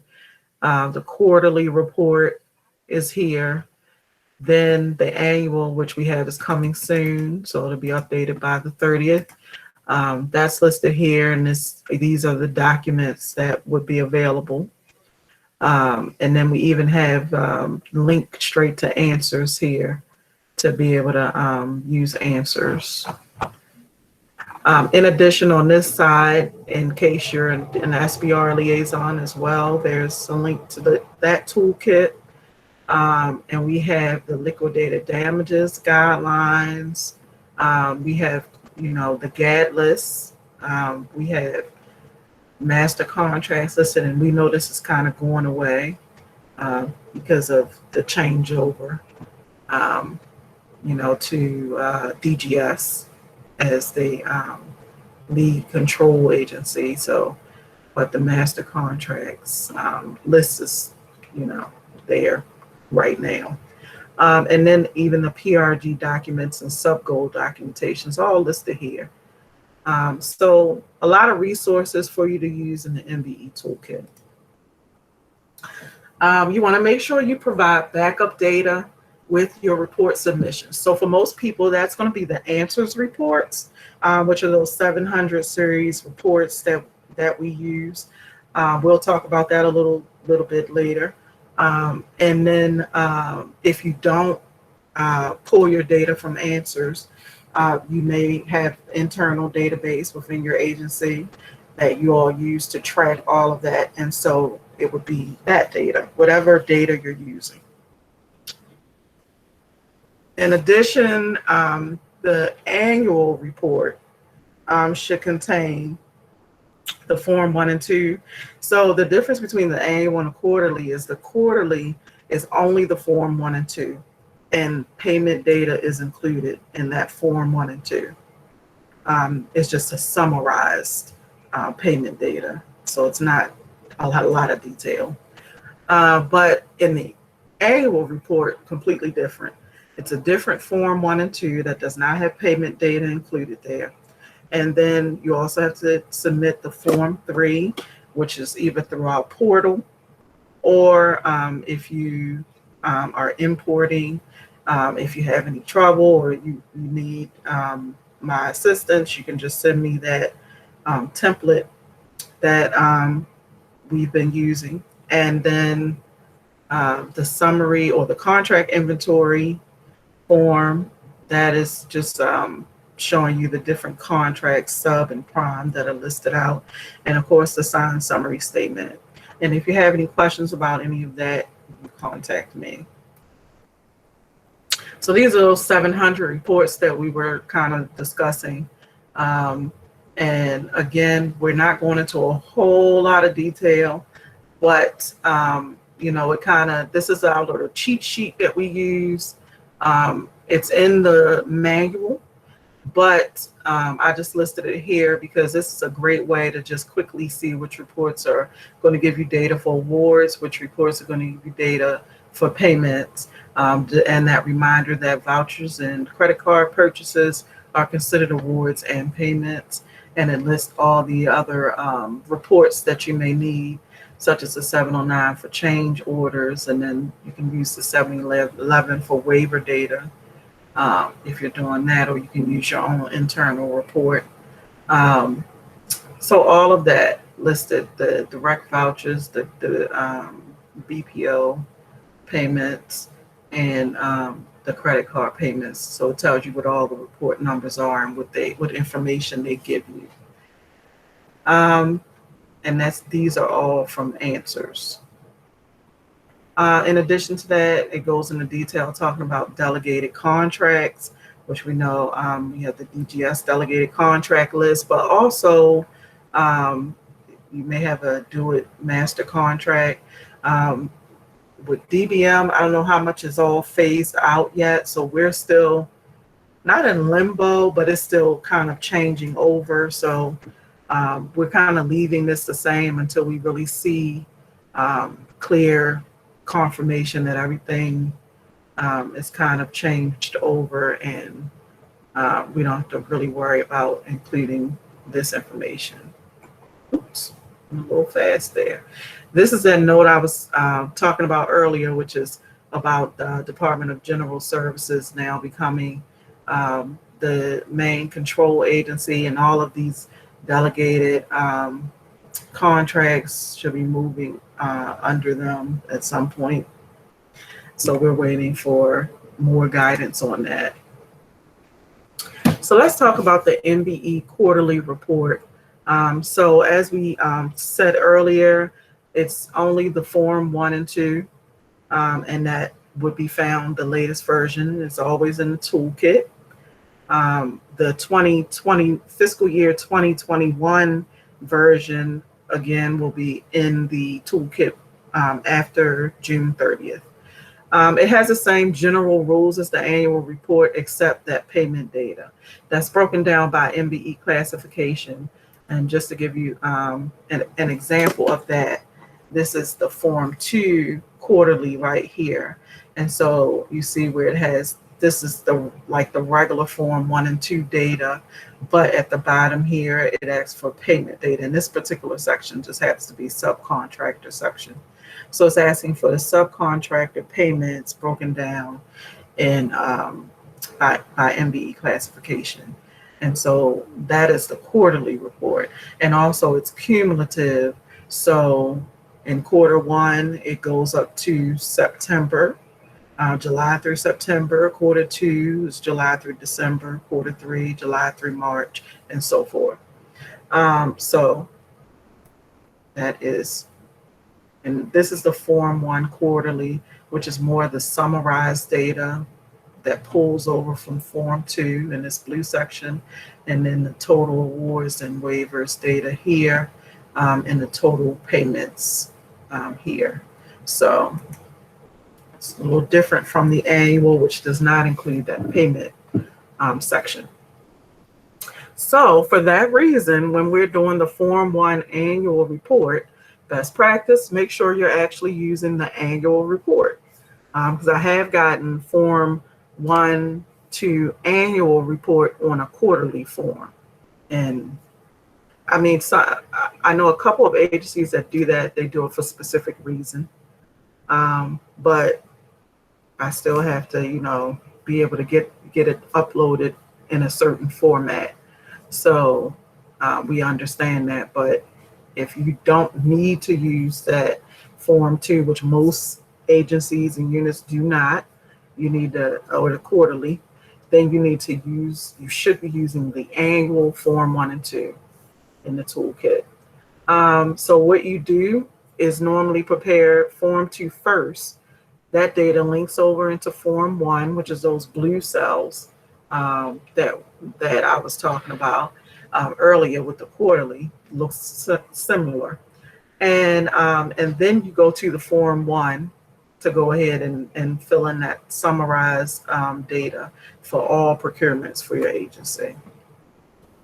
Like we mentioned with the cheat sheet, direct vouchers and credit cards are considered awards and payments. Make sure not to double count. If a contract is listed under a prime, then you do not want to include that in the subcontractor section. We do want to see the portion that went to subcontractor. So it's basically you should be using part one is what went to the prime, part two of that contract is what went to the sub, and list that data accordingly, but don't double account it. Don't list the whole contract amount for the prime and then list the sub amount also. Also, something big that I discovered when I first came is the use of negative numbers. So we did talk about that negative numbers should not be used in the Form 1 and 2 and Form 3 in the payment data as well. We don't use negative numbers. This is because we cannot account for, say, an award that was rescinded, or for whatever reason it wasn't completely fulfilled, and you come and try and do a negative number in order to take it out. We can't really do that, because once that previous year data is gone, it's gone. So when the award was first given, that data is already gone, it's out there. So now we're only reporting the awards that we received in the current period. When you're in the Form 1, there's warning signs that will come up over here in this column M. If something in this blue section or between the blue section and the yellow section is wrong.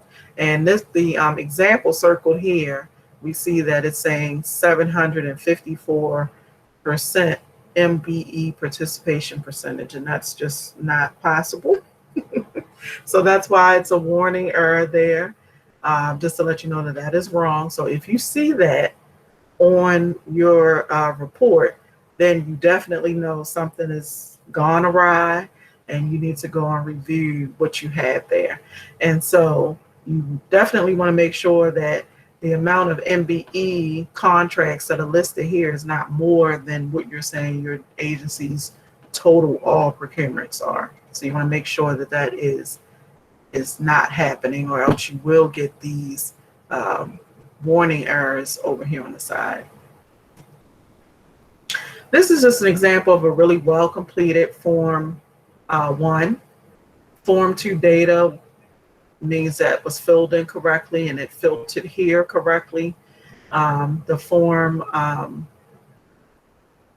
1 summary data here for total procurements and waivers is filled out correctly, and everything's kind of totaling up well, and the contact information is here. So all of that stuff, if it's filled in correctly, if it's good to go, you don't have any errors, then that's a really good Form 1 or 1 and 2. Now for the Form 3, let's look at some best practices for that. So this just is the link to that. If you don't know your login, or you're having trouble logging in, I'm the one to contact for that. And then when you're doing it, before you even get started on doing anything, you need to be choosing your method. If you're going to do manual entry or import the template. Those of you who have spoken to me know at this point I'm a big proponent for importing. The reason why is because we do not have this magical broom that sweeps through the Form 3 web portal for payments that deletes everything that was in there prior and makes it all nice and clean and ready for you to go. We don't have that.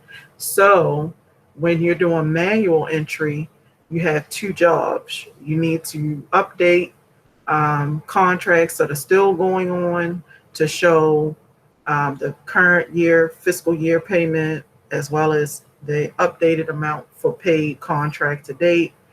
You need to do the deletion of the contracts that have expired and should no longer be included. And then you need to add all your new contract data in along with the payments, fiscal year payments and payments contract date, which for brand new contracts are the same amount should be. But if you choose import method, that actually allows you to do an offline Excel spreadsheet where you include all the payment data. When it gets uploaded, if anything is not in its proper order, the system lets you know and will not let you update until that's fixed. And I have worked with people to get that updated and fixed, and it's not even a big deal. And then once it's uploaded, it wipes out everything and has only the new data. So, or only this current fiscal year data. So I think that's a better method. I'm really wanting everyone to use that as much as they can. But of course, it's whatever method is more comfortable for you. So, and just the caution that if you do use the import method, it is overwriting the working data, not the data that's already submitted, but just the working data.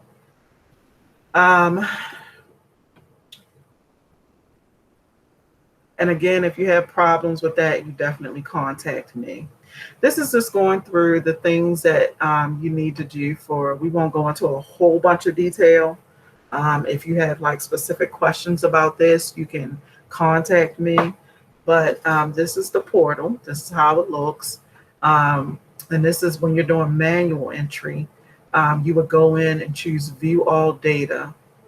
And once you're there, you would have to go in and click on the contract numbers, do the revision to be able to add, like I was saying, when you have current contracts that are still going on, you want to add the current fiscal year payments, and then you want to add or update the contract payments to date, which is this payments CTD area. So you need to go in contract by contract and do that in manual entry method.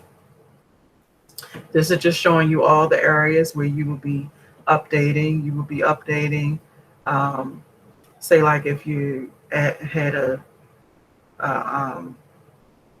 modification, and you have to show that if you hit the current fiscal year payments and then the updated payments to date. You have to enter that data. In addition, you would add the new contract. So you would have to go to add new contract, and you would have to go ahead and enter in all of that data to be able to, add that new contract into the system. So I prefer, and I think we were really going back and forth on this, but I prefer the credit card payments you can lump per contractor. Direct voucher payments actually have a number that you can use. And so I would prefer that they kind of be listed out.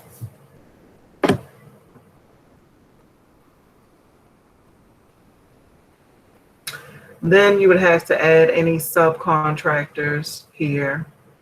And you just click the add new and just go ahead and enter the information and save them. If you're missing some information or you need something, you can definitely look up the contractor in the MDOT directory just to be able to confirm certification number or their legal name.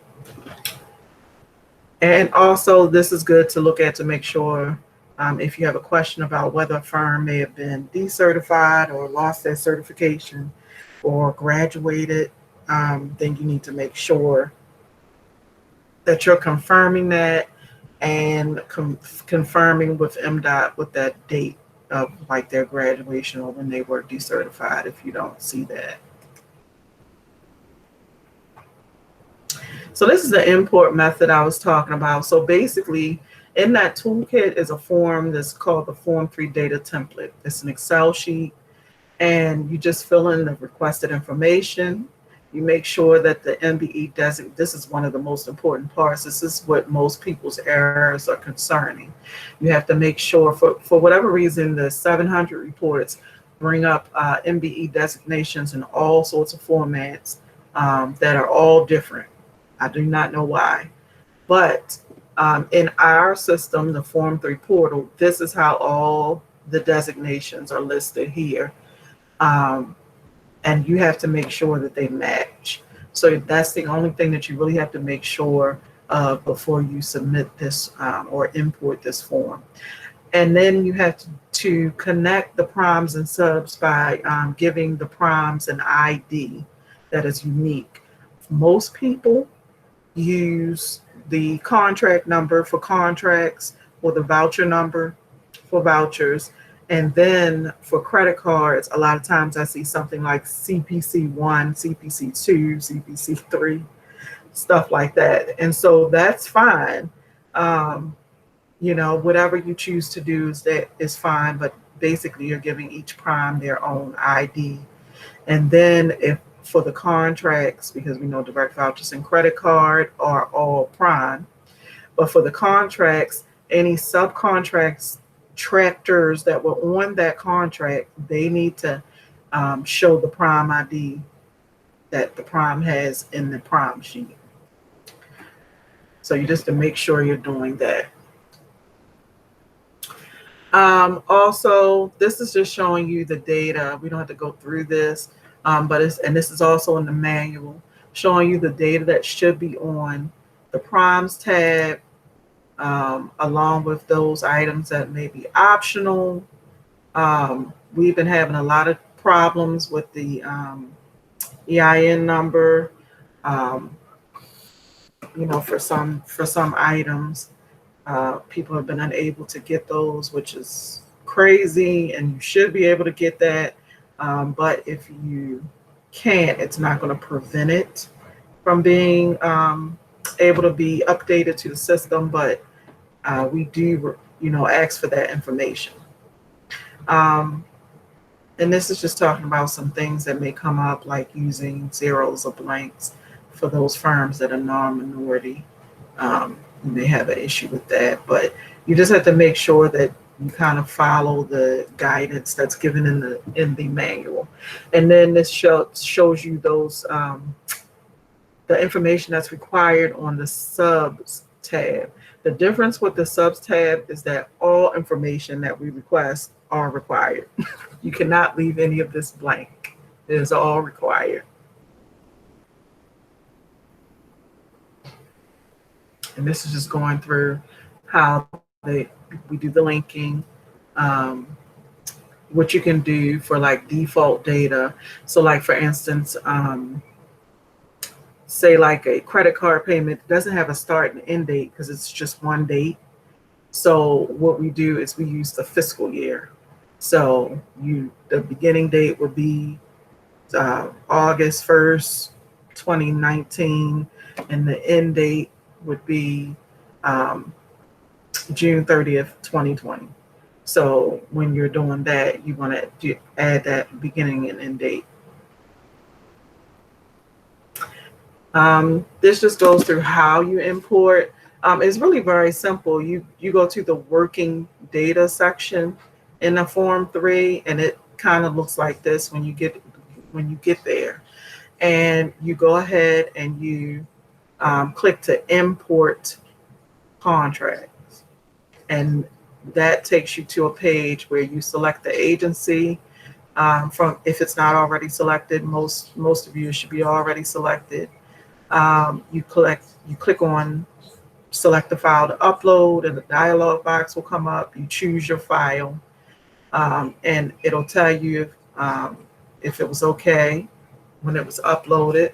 Once it's been uploaded, then you can go ahead and hit the import button, and you'll get this message here: data was validated and imported successfully. Here we just go through some common errors and things that you may come up against. And when you do hit it, there are just some really quick fixes. And also, again, you can call me. Don't panic, because I work with people, and in a few minutes we've cleared all the errors, because I can kind of tell what they're pertaining to by looking at what your errors are. Each error kind of lists what the error is, and it'll tell you if there's something missing. So this error really usually indicates that a prime has been duplicated, which we can't do that. This error in this particular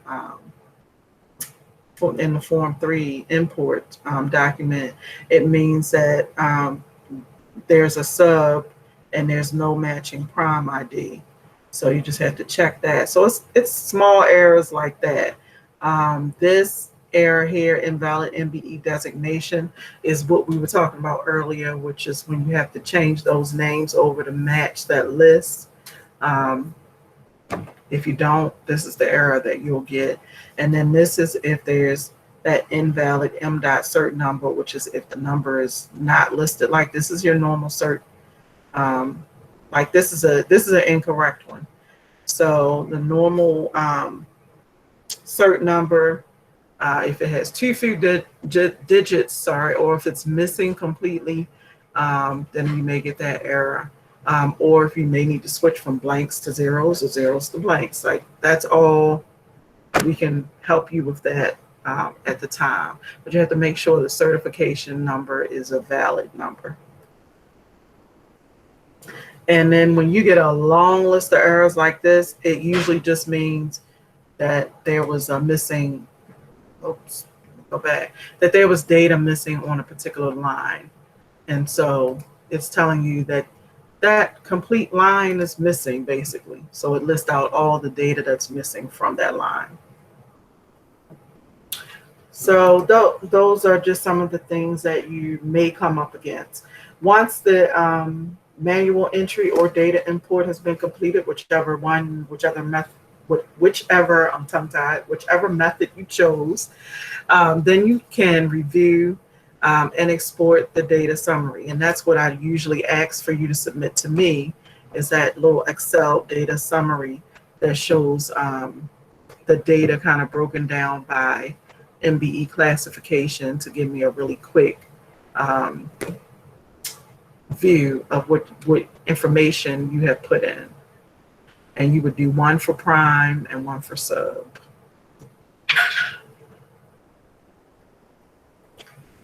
So for reviewing the data, this is what I was just talking about. So you would basically go in and choose to look at, it's going to be in, should be submitted data, but I think what we have shown here is working data. So if you haven't submitted yet, it's going to be under working data. And you go to this reporting, prime payments by MBE, and then you can choose to look at the working data that shows the broken down into MBE classification here. And this is that Excel icon that you would click to get your report that you would submit to me. So once everything is done, you would actually go ahead and submit the data. And when you're doing the review, and I think I was bringing this out to a couple of people. So when you're doing that review of the data, your data should be matching up. What you have in the system should be matching up what you have on your data template if you import it, or whatever your internal report is that you use to do your manual entry. These totals should be matching up. So if you had $0 in minority contracts on your internal report that you were looking at, it should still say 0 here. If you had, 0 Asian American subcontractors or prime contractors, whichever one you're looking at, then it should say the same thing on the data that you use to import or input. If it does not match up, then you definitely want to go back in and check that. before you submit. If somehow you submit your data and then realize something was not right, you can definitely call me and I can let you know how. For manual entry, you just go in and change it, but for importing, you have to fix it on the template and import again, which once you've imported and you only have to fix one thing, it should be relatively easy. And then the data is marked final. And again, if there are any issues, definitely call me. So here on the agency dashboard is where you would go to submit your data here. And once you submit your data, you should get that data submitted for fiscal year there. It will show you that. If you somehow don't get that or don't know if that went through correctly, you can call me and I can tell you. And also you can look yourself. You can go back and look at view submitted data to be able to see it.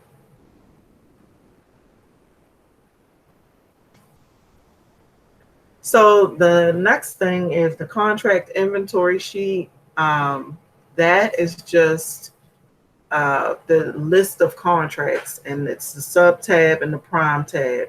It's not a whole lot of explanation needed for that. It asks for specific data. Here are the columns here, and you just enter the data. And this is only for MBEs. So this is your MBE primes here. And then on the sub sheet, you would enter your MBE subs.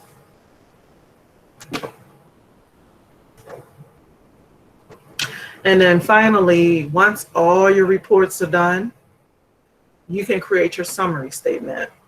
And your summary statement is basically pulling data, which I've listed out here.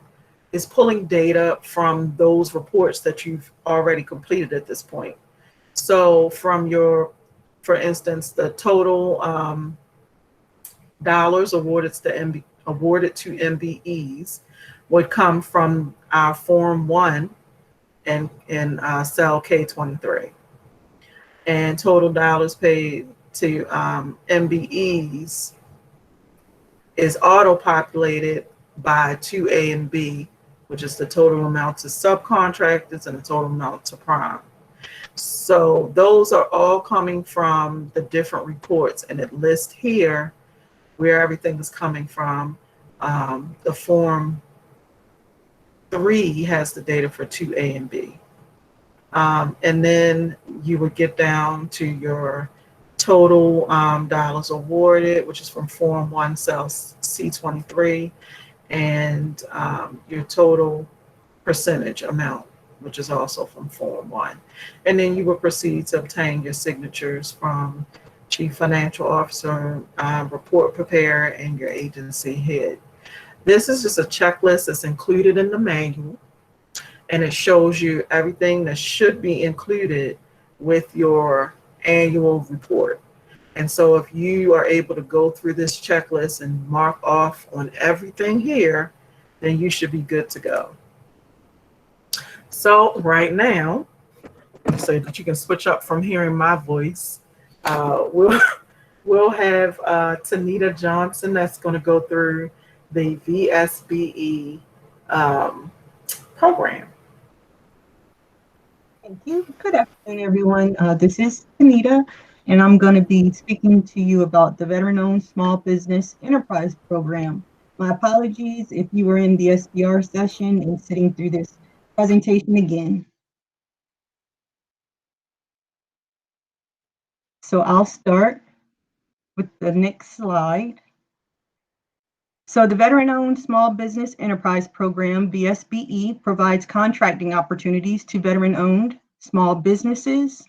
Specific agencies spend at least 1% of the total dollar value of their procurement contracts with the certified VSBE firms. The VSBE programs must meet certain size standards and be at least 51% owned and controlled by one or more individuals who are veterans. Certification within the VSBE program requires a vendor to do 3 things. 1, register within Email and Marketplace Advantage, or EMA, obtain veteran verification from the Maryland Department of Veterans Affairs or the U.S. Department of Veterans Affairs VetBiz, and 3, submit the EMA VSBE application. So first, the vendor must be registered in Email and Marketplace. So if they have not registered, they can go to emma.maryland.gov, click on the New Vendor Register Now tab, and complete the registration, or they can just log in and enter their password if they're already registered in EMA. Second, they must obtain veteran verification from the Maryland Department of Veterans Affairs or U.S. Department of Veterans Affairs VetBiz, and they can find information about the veteran verification on our website, gomdsmallbiz.maryland.gov. And this is our website. They can actually click on the VSBE program tab, and to your right, you'll see quick links. And to find the MDVA form, Maryland Department of Veterans Affairs form, they can click on Veteran Verification Form. And to find the VetBiz information, they can click on the VetBiz link.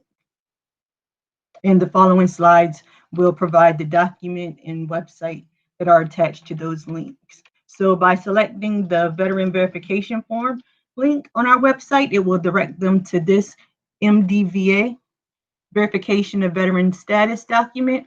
The vendors forwards this form to the MDVA via mail.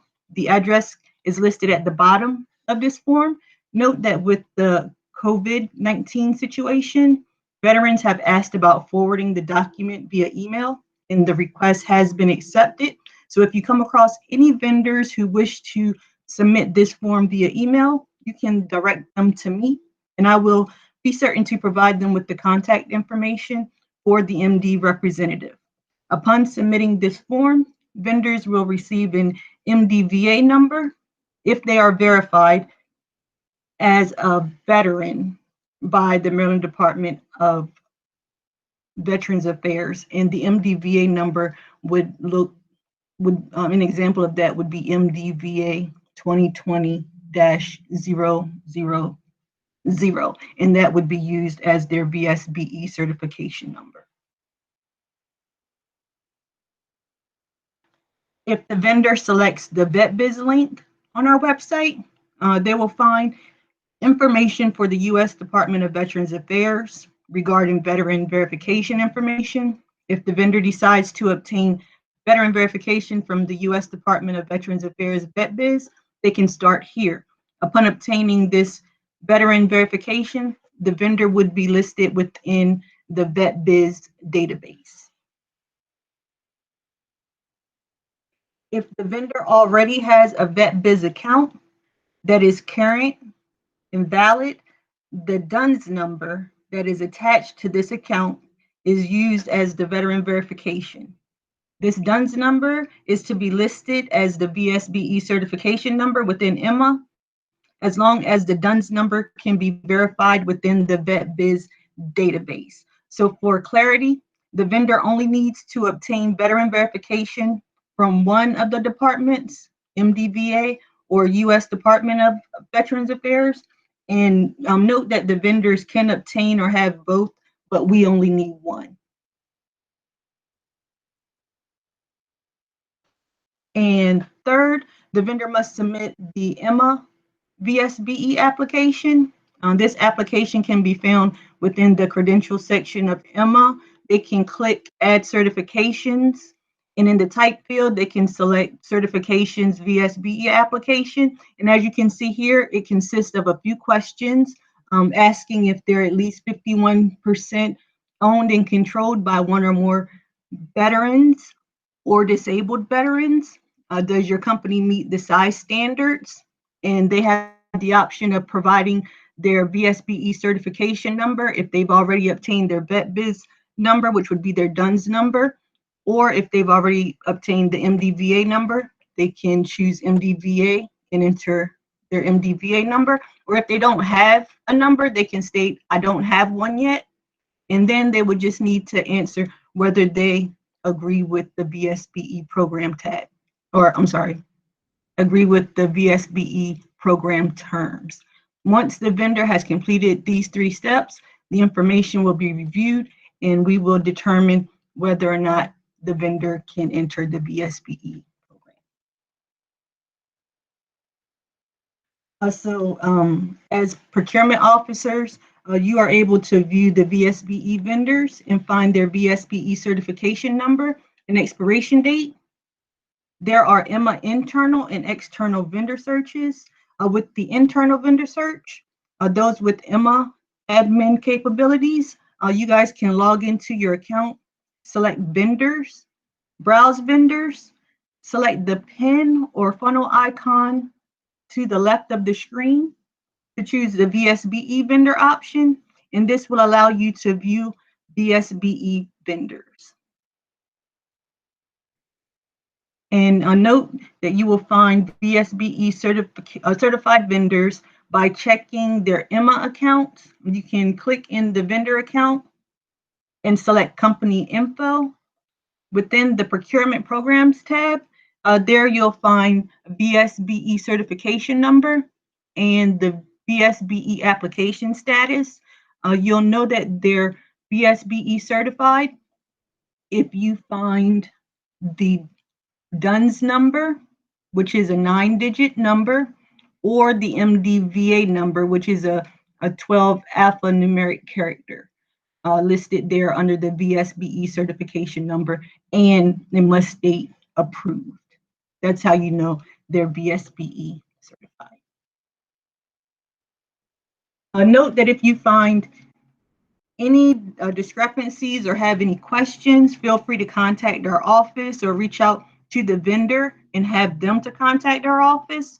Note that we are working on getting the VSBE vendor search to a better place, but we need vendor information and assistance, and we could use your help to get there as well. In addition, there's an external vendor search that can be performed by visiting the Emma website, emma.maryland.gov. To view the VSBE vendors, you would just need to select the vendor search there at the bottom. And then once you hit vendor search, you can select the VSBE vendor option there and click the search button. This provides the VSBE certification number and the expiration dates, which you can find at the bottom right. If that information is not listed when performing the VSBE vendor search, feel free to reach out to our office, contact me, and I'll be happy to help you find out what's wrong with the account or what's needed and reach out to the vendor. Thank you for your attention. And does anyone have any questions?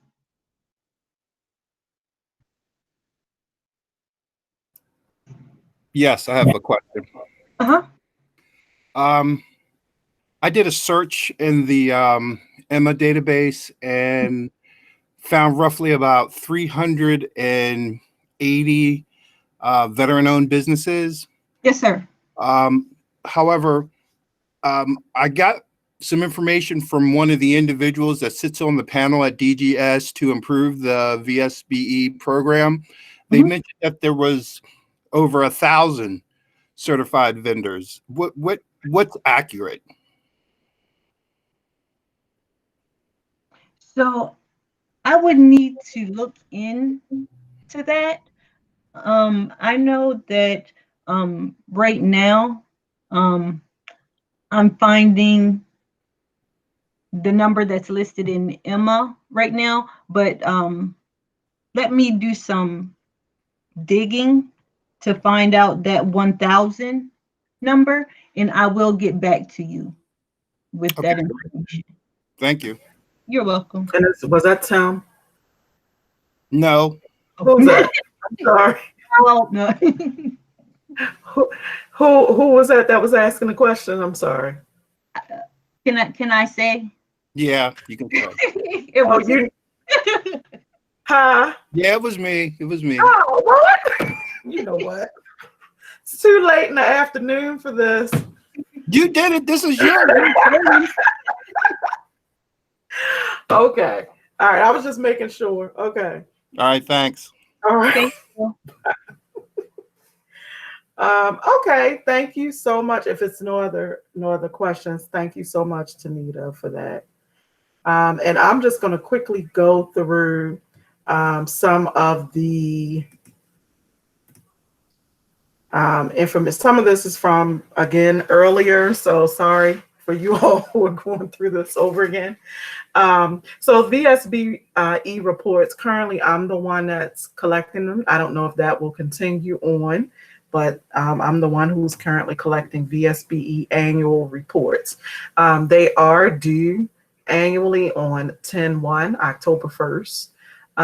And they are found, or the information stating the report is required is found on COMAR in COMAR 2111-1304, Section D. In addition to the report, someone asked about I think it was Janelle, asked about the Schedule E, which is the VSBE utilization affidavit and participation schedule. The basic rules concerning that are basically the same as similar to MBE.